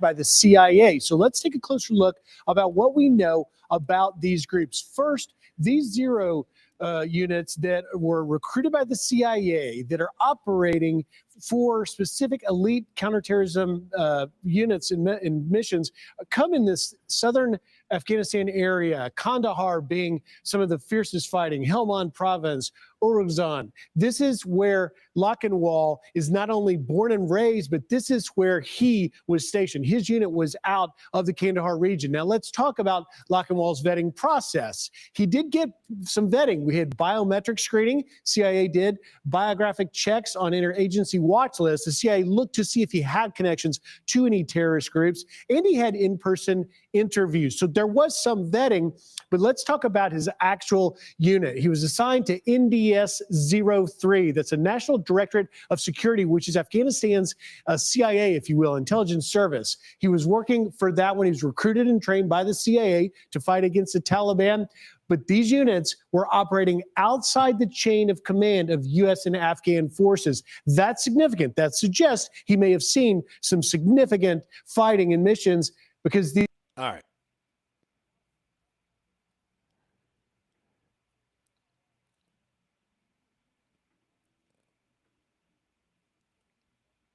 All right, hold on 1 second, everybody.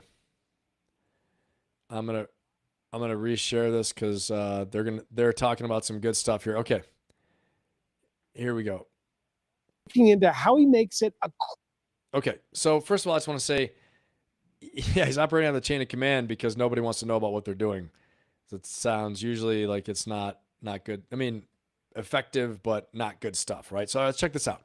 Now, there's an expert here talking a little bit about it. We might get something out of this. Here we go. Squads. Let's bring in now Laura Burns, head of terrorism research program on extremism at George Washington University and former FBI supervisory special agent. Laura, we're learning a lot more about Lochinwall and the fact that he's part of this zero unit, but yet we're also looking into how he makes it across the country to carry out this ambush. What are your thoughts this morning? Good morning, and thank you for the opportunity to be here. I appreciate it. Yes, this Mr. Lochinwall's pathway from Washington to D.C., it raises some interesting questions, right? Questions like, was Mr. Lochinwall already radicalized before he migrated to the United States? Did he come here with the intent to commit an act of terrorism when he found the opportunity? Or rather, did he migrate here with good intentions and for some reason become disaffected with society or fail to assimilate, and then self-radicalize and then decide to mobilize with a target of opportunity. I think that as the investigation proceeds, FBI Director Kash Patel has said that they are looking at this as an act of terrorism, that facts will become available and help us determine exactly what his radicalization process was. You know, Laura, FBI Director Kash Patel talked a little bit about Lockenwald's relationship. All right.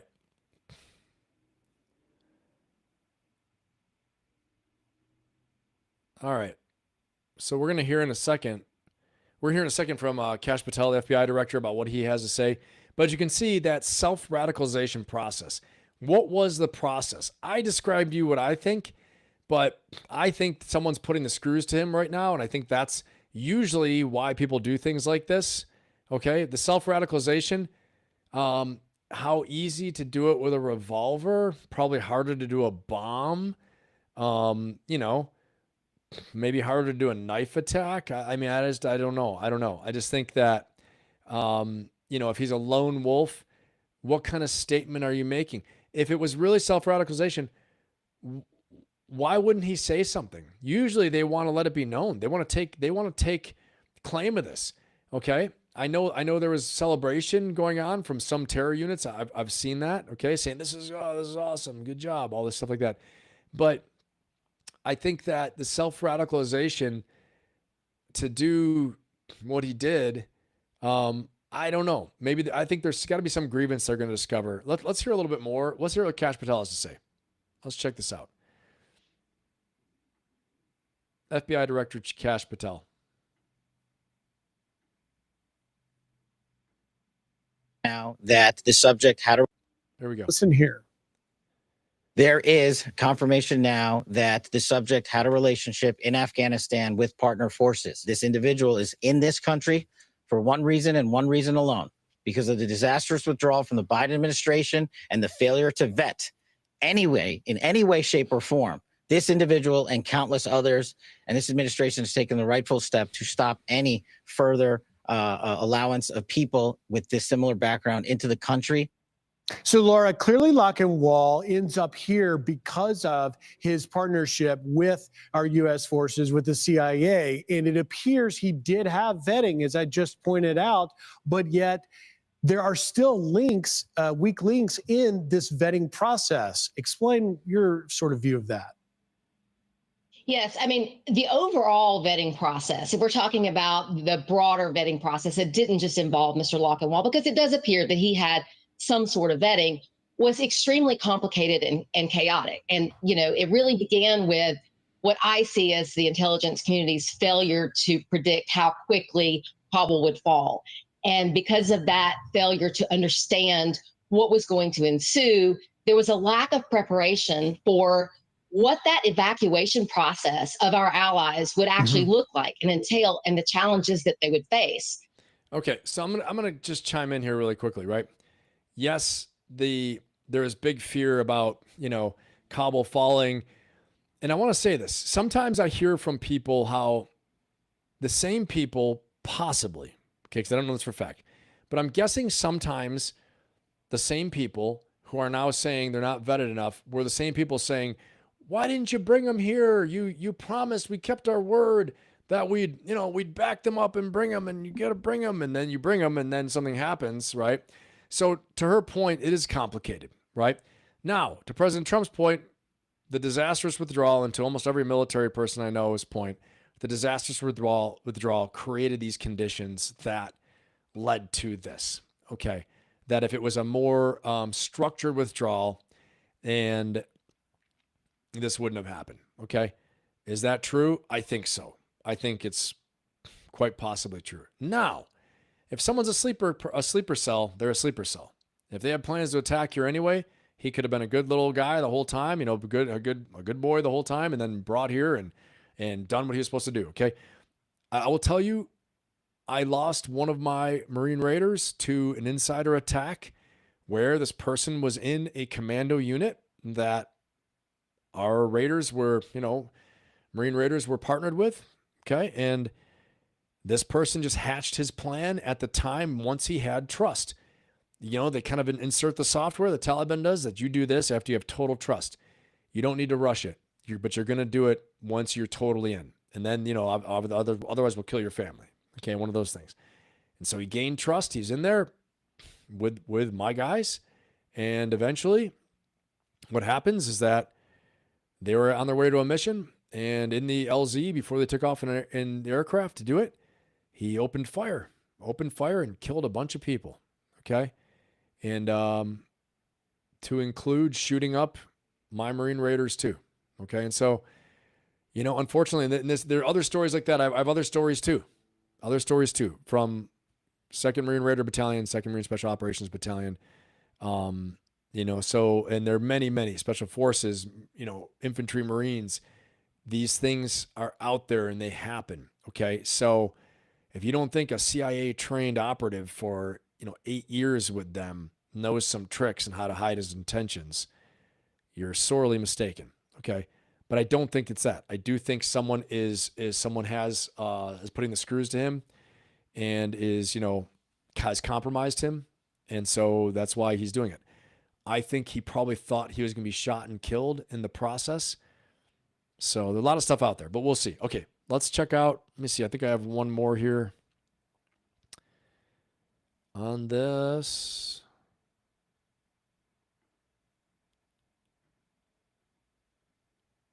Okay. No, we are. All right, we're moving on.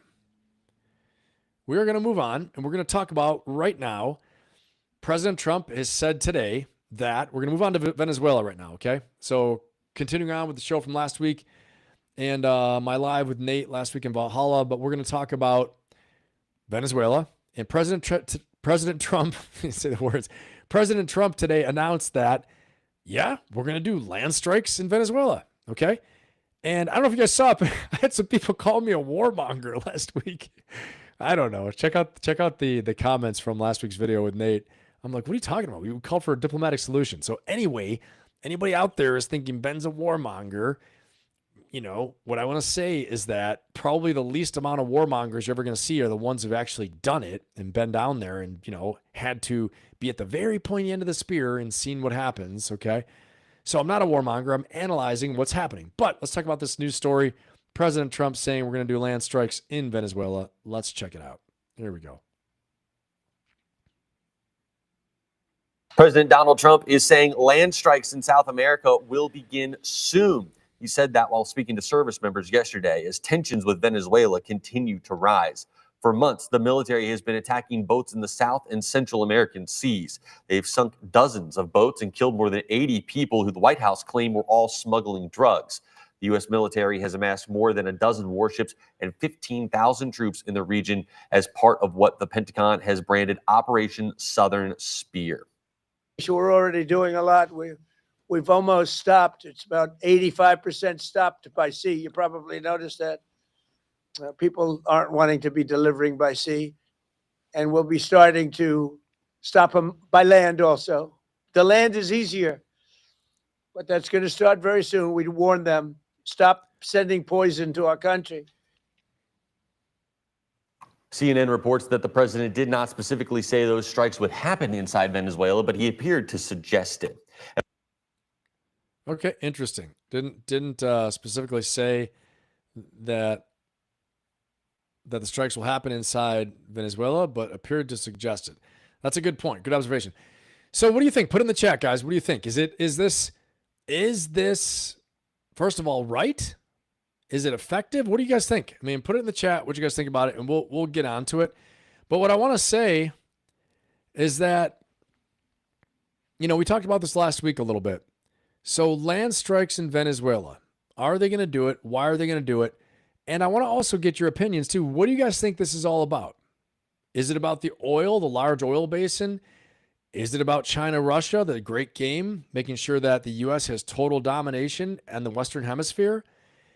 Is this about drugs? Do you guys think it's about drugs? I mean, remember, any president's number one job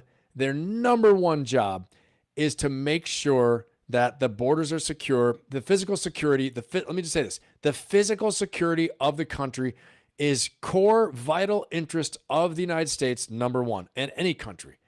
Number two, when you're the leader of the country, your number one job is physical security, okay?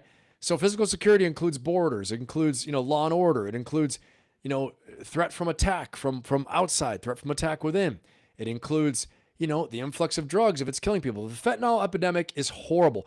I'm sure every single person in the chat knows somebody that has been affected by fentanyl or has died from it, okay?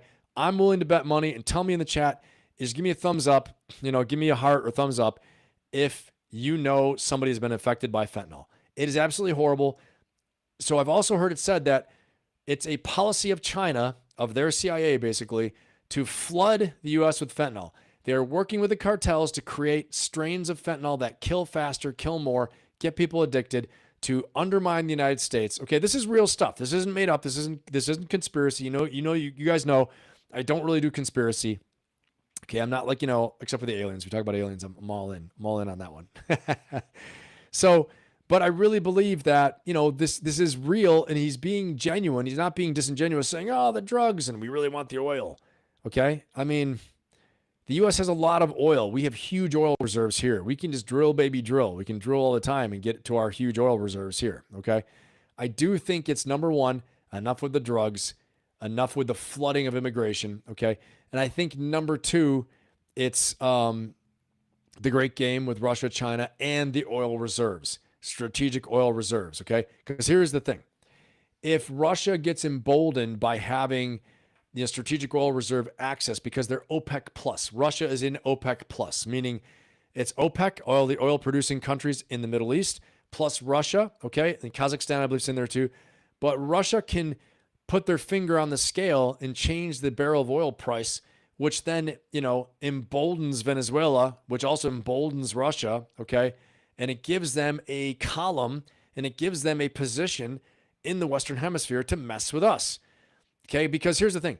They don't need to attack us from Venezuela. They don't even need a base there. Okay, China, if China builds a base, we have a base in Venezuela, we have a whole other problem, right? Because then if we attack China's sovereign territory, a base, or Russian sovereign territory, it's a declaration of war. Okay, whole other bag of tricks right there. But I do want to say that all they need to do is get us to divert resources, which they've done, down to Venezuela. If we have to divert resources, we can't use those resources against China and Taiwan. And we can't use them against Russia and Ukraine. Okay? Russia messes with NATO, presses NATO's buttons. NATO commits resources. We get all worried about Russia and going to Ukraine and going crazy and doing a blitzkrieg across Europe. Meanwhile, what if China invades Taiwan? Right? And meanwhile, the U.S. gets involved in a quagmire in Venezuela. Now we have a three-front war. Two-front war we can do. We've been training for that for a long time. All right? Two-front war, the U.S. military has been training for that since World War II. Three-front war, I don't know about that. We need partners and allies for that. Okay, that's my opinion. All right, if you guys don't know who I am, don't know my background, it's in my bio, but I've got some military experience, okay, quite a bit. And I am also a national level strategist. I graduated from the National War College, okay, Master of Science in National Strategy Making and Strategic Leadership, okay.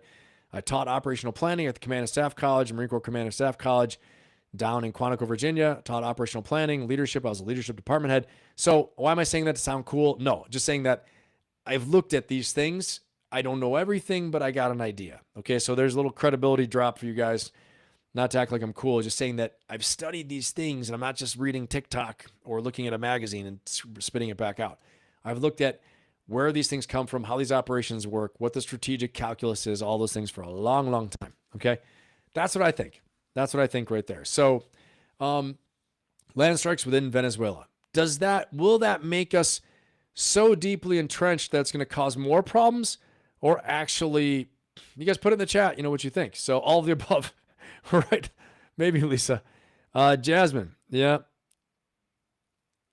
Yeah, right, exactly. I'm so sorry for everybody affected by the horrible drug too. There's so many people, and I see a lot of hearts. I see a lot of people saying they've been affected, and I'm sorry too. Trust me, I know. Steve, you say it's all about oil and gas. You might be right, man. Oil and drugs. Yeah, I think you might be right. and everything connected to that. Okay, so I think it's a great input too. You're not wrong, that's for sure. But we think about the land strikes. Will that be effective? Will it be effective? Land strikes. Are we pushing it further? Land strikes probably will be very effective. But again, what is the cost, for strategically, what is the cost for us? We just have to think about that. So that's coming soon to a theater near you. All right. They're going to be probably very limited strikes, airstrikes, things like that against probably drug camps. But if you guys missed it last week, what I talked about is that this Cartel de los Soles is the cartel of the suns. The cartel of the suns, the sun represents the sun emblem on the Venezuelan military uniform. Okay. So what this basically is saying is this terrorist organization, we've declared Cartel de los Soles as a terrorist organization. What that means is that the Trump administration can strike them under counterterrorism authorities. And if you have senior ranking generals and officials in charge of the cartel who are also government officials, that means you can strike them under terrorism authorities, okay? To protect the country under Article 2 of the powers that the president possesses. Okay, so they've lined up all this legal precedence that they can use to say, yes, we did it. Now, can the president just say go strike them? Doesn't care about what who, what, when, or why, or where, or why? Yes, but then he's got to answer to Congress. Congress is going to make problems, can block him in other ways, okay, all these things like that. So, but he has legal authority lined up through the Justice Department paper they wrote, and that's what's going to happen.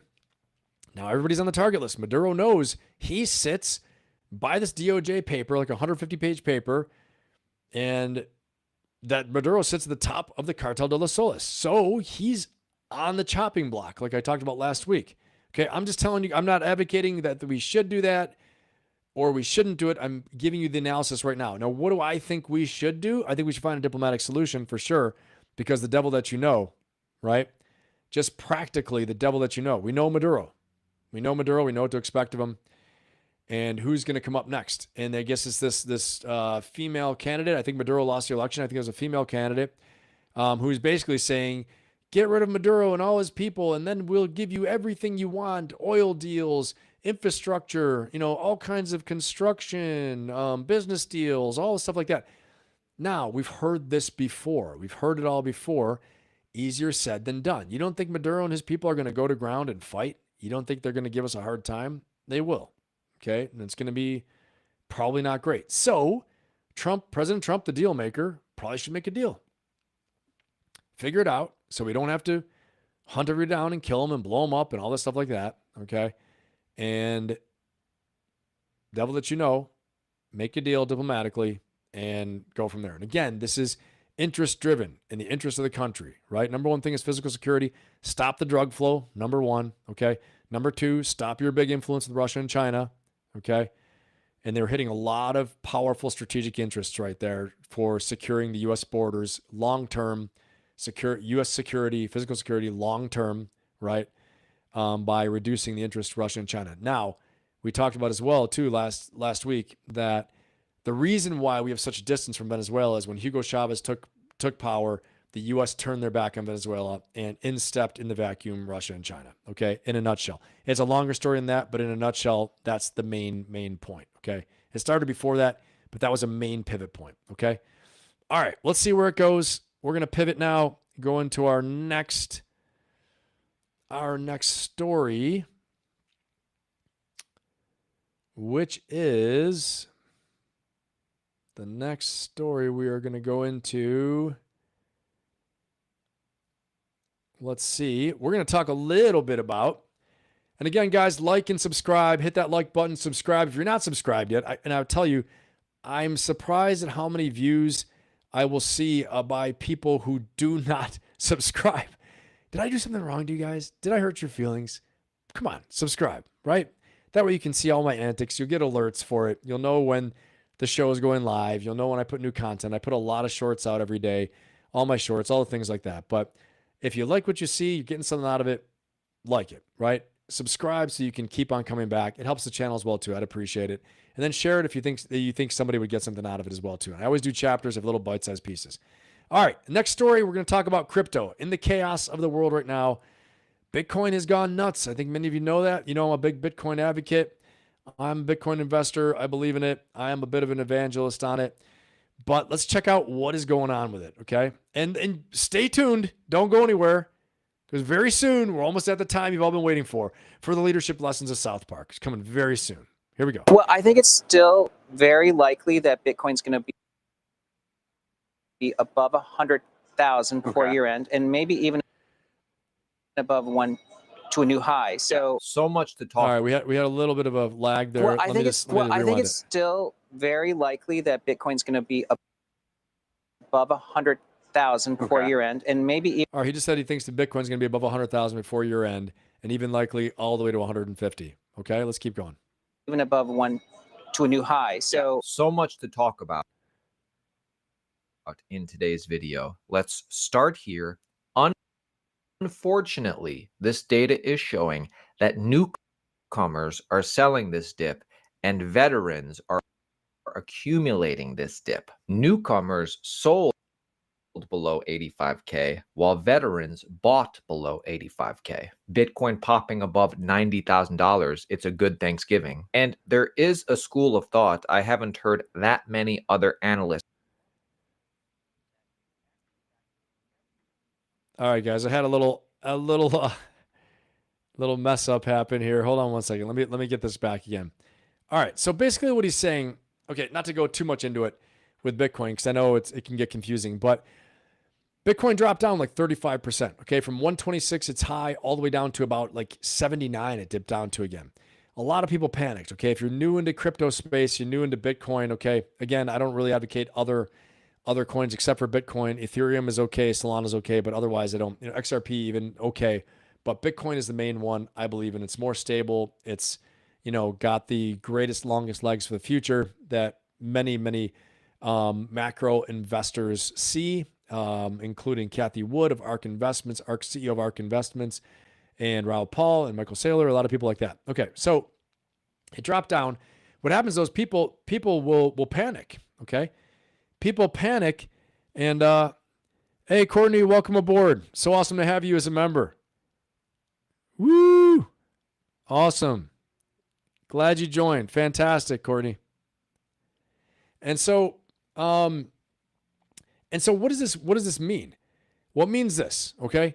New people to crypto, they went ahead and sold. When it went down, they panicked and sold. The veterans were buying and accumulating.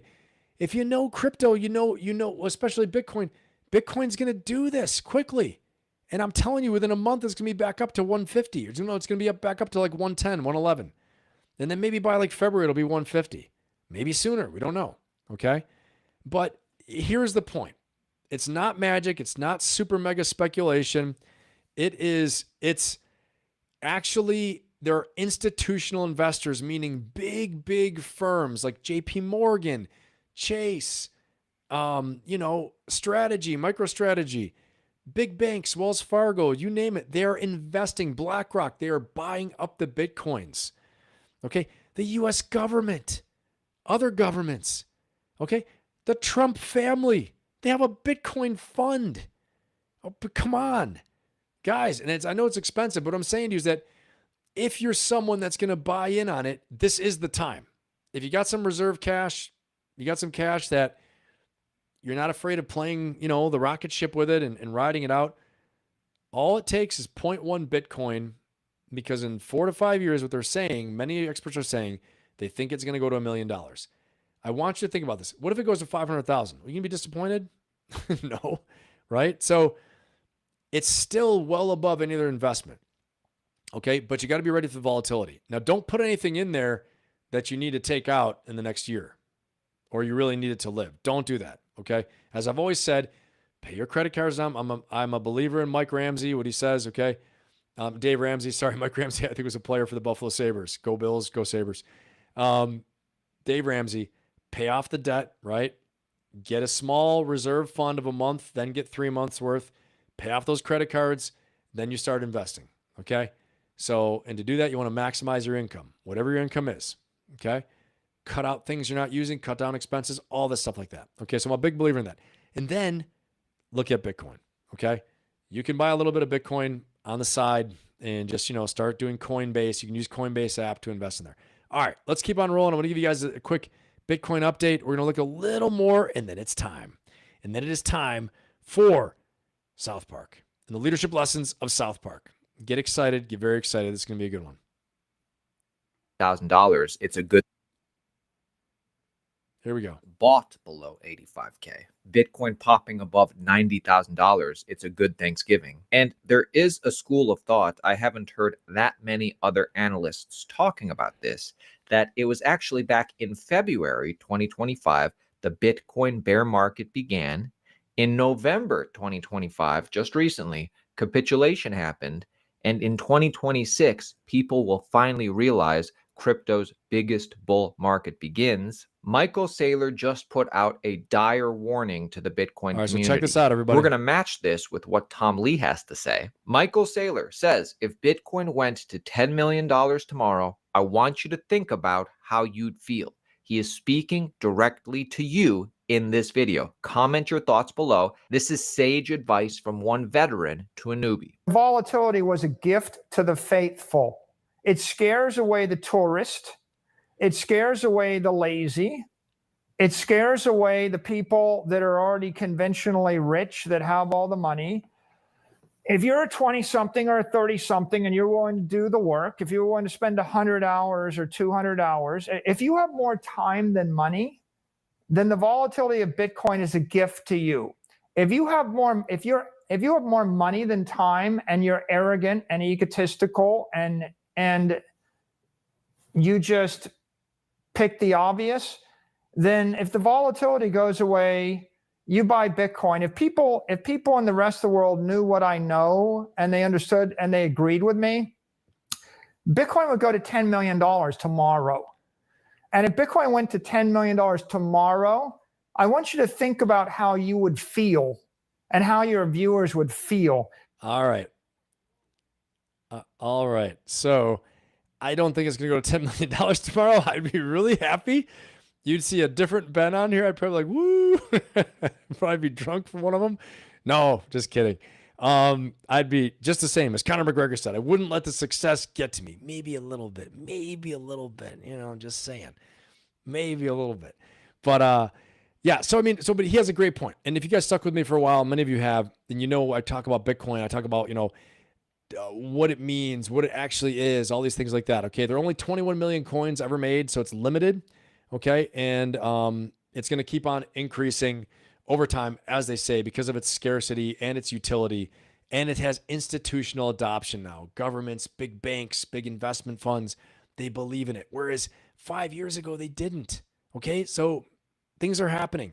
So just be aware of that. Okay. That's right. Buy Ben's Island for sure. That sounds great. All right, let's go. Here we go. I know you've been waiting. I see you, Lisa, right there. You're like, damn it, get on with it. And I know what time it is, and you know what time it is.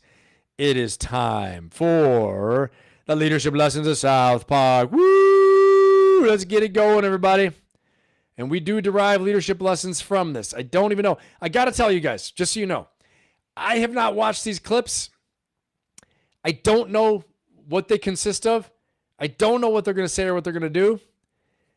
For the next 3 clips, including the crazy video at the end, I don't know. So I'm reacting naturally with you. Let's see. Let's go ahead and watch what the heck happens. And I apologize ahead of time if it's anything crazy, but let's do it. Here we go. Call your friends. Tell your friends now's the time. If they've been waiting for this and they're like, I don't care what anything else Ben says, but I want to see him put the South Park on there because no one else is really doing it, then we're going to do it. All right, here we go. And I've found that by using these little clips that I don't get hit from Paramount Pictures and get a worldwide block put on me. Here we go. Guys, I want you all to meet Jeffrey Maynard. He's South Park's biggest expert on musical theater, and he played the lead in Les Miserables at the Denver Community Playhouse for 5 weeks. Awesome. Do you think we can make up a good Thanksgiving play in 4 days? I would swear it on my life. Your play shall want for nothing. Hooray! Now, the first thing any good musical needs is a big opening number. Something that sets up the entire show. All right, places, everybody. Bring in the turkey.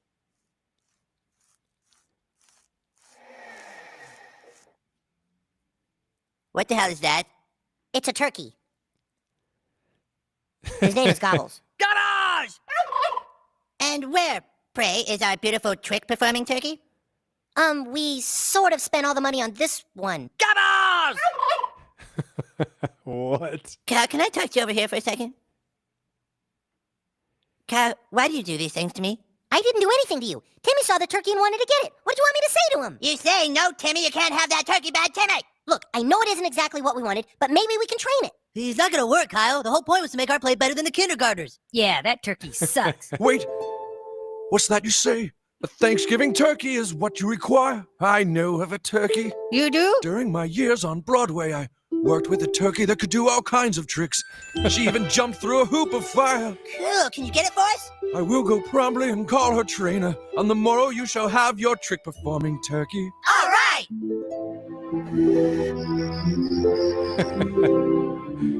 Gobbles! Gobbles! What the hell?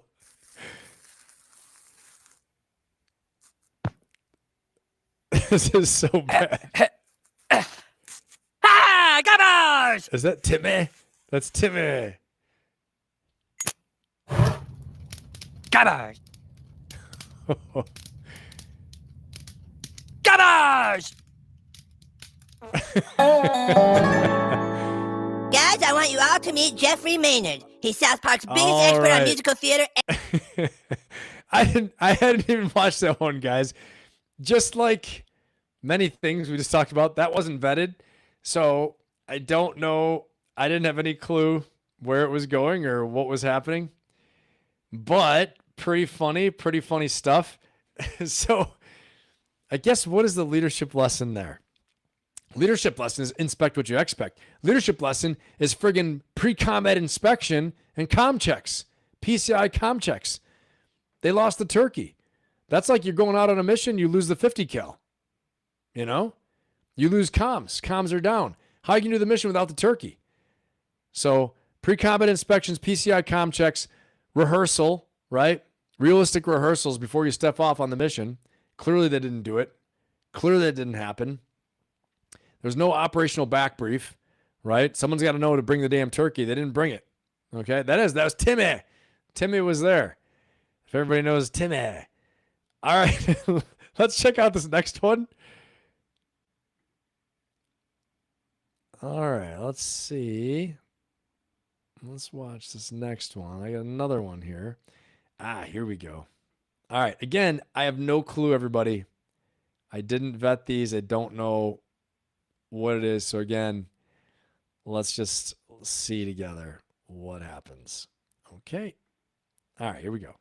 All of South Park appears to have turned out in the spirit of community. People are putting on their numbers and rocking out their festive costumes. I'm with Police Chief Harris, and Chief, your guys have been working overtime. Yeah, well, we just want to make sure everyone has a safe Thanksgiving morning. We want people to stay hydrated and be responsible. Let's have a good turkey trot. Now, of course, there's a lot of money on the line for the team of the race winner, and so some people are turning to race science. That's right. You know, a lot of people these days want to debunk science. You know, vaccine cause autism, jet fuel leaves chemtrails. But when it comes to racing, science is science. Certainly a lot of runners hoping to cash in today, so may the best turkey win. All right, you guys ready to run? We got this. Come on, team, let's go. Where's Token? Oh, you didn't hear? I didn't hear what? Token says he's not going to race. Oh, no. What do you mean Token's not going to race? God. He said because it's being sponsored by Saudi Arabia, he's bowing out for political reasons. Are you fucking joking? No. God damn it, wait here! This is terrible. All of South Park appears to have turned out in the spirit of community. All right. People are putting on... Yes, this one. A lot of inside jokes going on. If you're a South Park person, you know, you kind of know what's happening there. But Carmen put the team together, right? Everyone's trying to win, and Carmen's saying science is science. Anyway, there's a lot happening right there. And one of the team members, Token, had dropped out because the race was sponsored by Saudi Arabia. He said, Yeah, it is honestly insane. But I'm glad we all had the reaction to it together. I did not watch that ahead of time. But yeah, South Park can always send you a zinger, can't they? Oh boy, oh boy, oh boy. Anyway, I'm glad you guys enjoyed that one. Definitely, South Park is not PC at all, but that's what kind of makes it PC in many ways, because it, forces us to kind of look at stereotypes and things like that we have, and it's pretty funny in the process. It's the whole reason we put it in there. So, leadership lessons, South Park. But I got one more for you guys here. Okay, You're Gonna Die. I think you're gonna like this one a lot. All right, so hang with me. Check it out. This is gonna be. I only saw a couple clips of this too, so I am reacting in real time with you guys on this one as well too. Let's see. Let's watch this one together. Like I said before, Mark, I think you're gonna enjoy this one. Anyone else who's ever served in the military will enjoy this as well. This is gonna be pretty damn funny. All right, let's go. Here we go.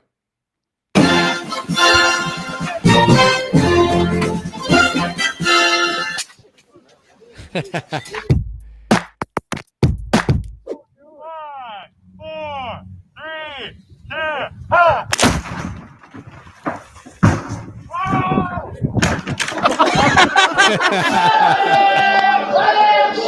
is great too.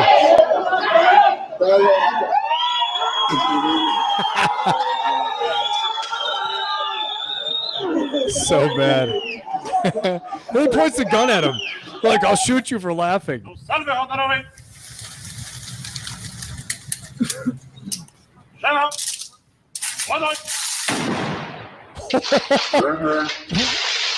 What? They had a real round. He almost shot his head off. Holy crap. Those camels don't play.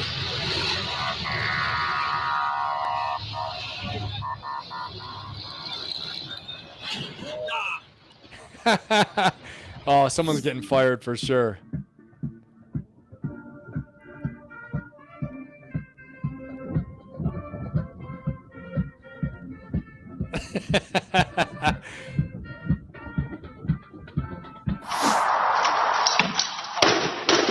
Oh, crap.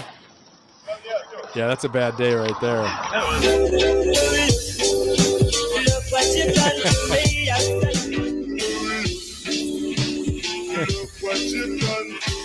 Unbelievable. They actually do that. You know why your weapon's not shooting? Why would it not be shooting, Private? Maybe because you have run out of ammo. Maybe because you have finished all of the rounds inside your magazine. Ow! So now you can no longer shoot because you have no more ammo. That's like you can no longer spend money. You shot it all, Private. Oh. Private. Wow. Your weapon is clear at this time. Wow. Step back to the rear. I'm glad it's not a Marine. That's all I can say.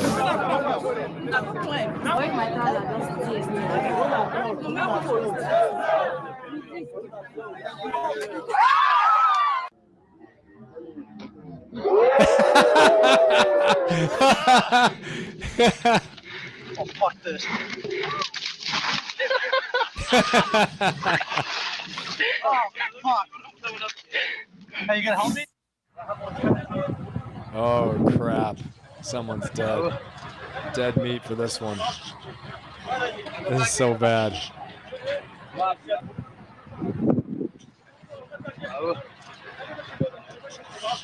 Oh. Oh, no. Oh, short round. All right, let's see this one.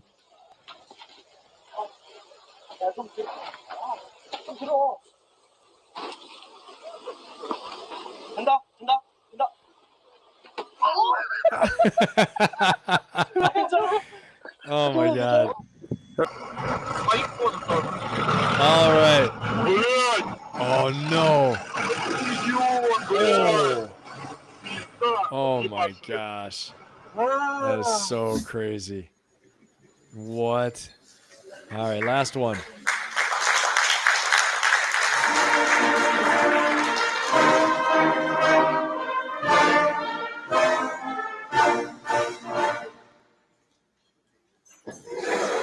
All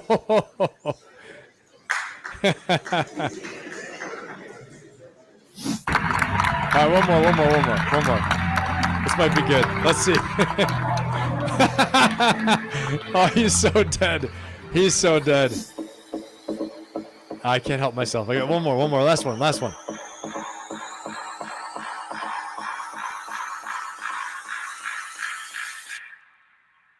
Oh, man. All right. That's going to do it. We're going to end it there. Wow. Hope you guys enjoyed that as much as I did. It's always good to end on a funny note. So great to be back with you guys. Great to be back here. Had a fantastic Thanksgiving. Awesome to celebrate on this Black Friday. We didn't even talk about Black Friday. All you guys going out there shopping? It's still time. It's still time to take advantage of the no deals. There's no deals in Black Friday. People say that, but I never find any damn deals. Hey, Nick, what's going on, man? Good to have you. I just saw you in there. We've taken it to new levels with military bloopers, but we're gonna go take advantage of the Black Friday, and so actually, no Black Friday. There's no deals out there. Put in the chat if you know any deals. I don't think there's any deals. Yeah, exactly, Courtney. You're so right. I'm so glad you remember too, because you backed me up all the way. There are no deals, darn it. Nick, what's happening? Good to have you. Just saw you in there. Oh, did you like that? Exactly. How crazy that guy got his hat shot off. That was nuts. All right, everybody. It's been great to be here with you. So much fun. Great to be back. I will be back not on Sunday, but I'll be back on Monday with an interview with a 5-time, actually 6-time Ironman triathlon world champion, okay? Xterra world champion. Ken Stoddard is going to be here. Also cybersecurity executive, sales executive, all these things like that. And currently the CEO of Iron Mind Advisors. He's going to be here on Monday with me at 1 p.m. Be here for that. This guy is next level, super powerhouse athlete and just competitor in every way. Great guy. And I will see you all on Monday at 1 p.m. Go have fun. Enjoy Black Friday. Try to find a deal. Make yourselves better. Make the world better. Have an amazing weekend. So great to be back here with you guys. And go get yours. Stay safe out there. Watch out for all those crazy shoppers. I'll see you all on Monday. And take care. And I am signing out. See you guys.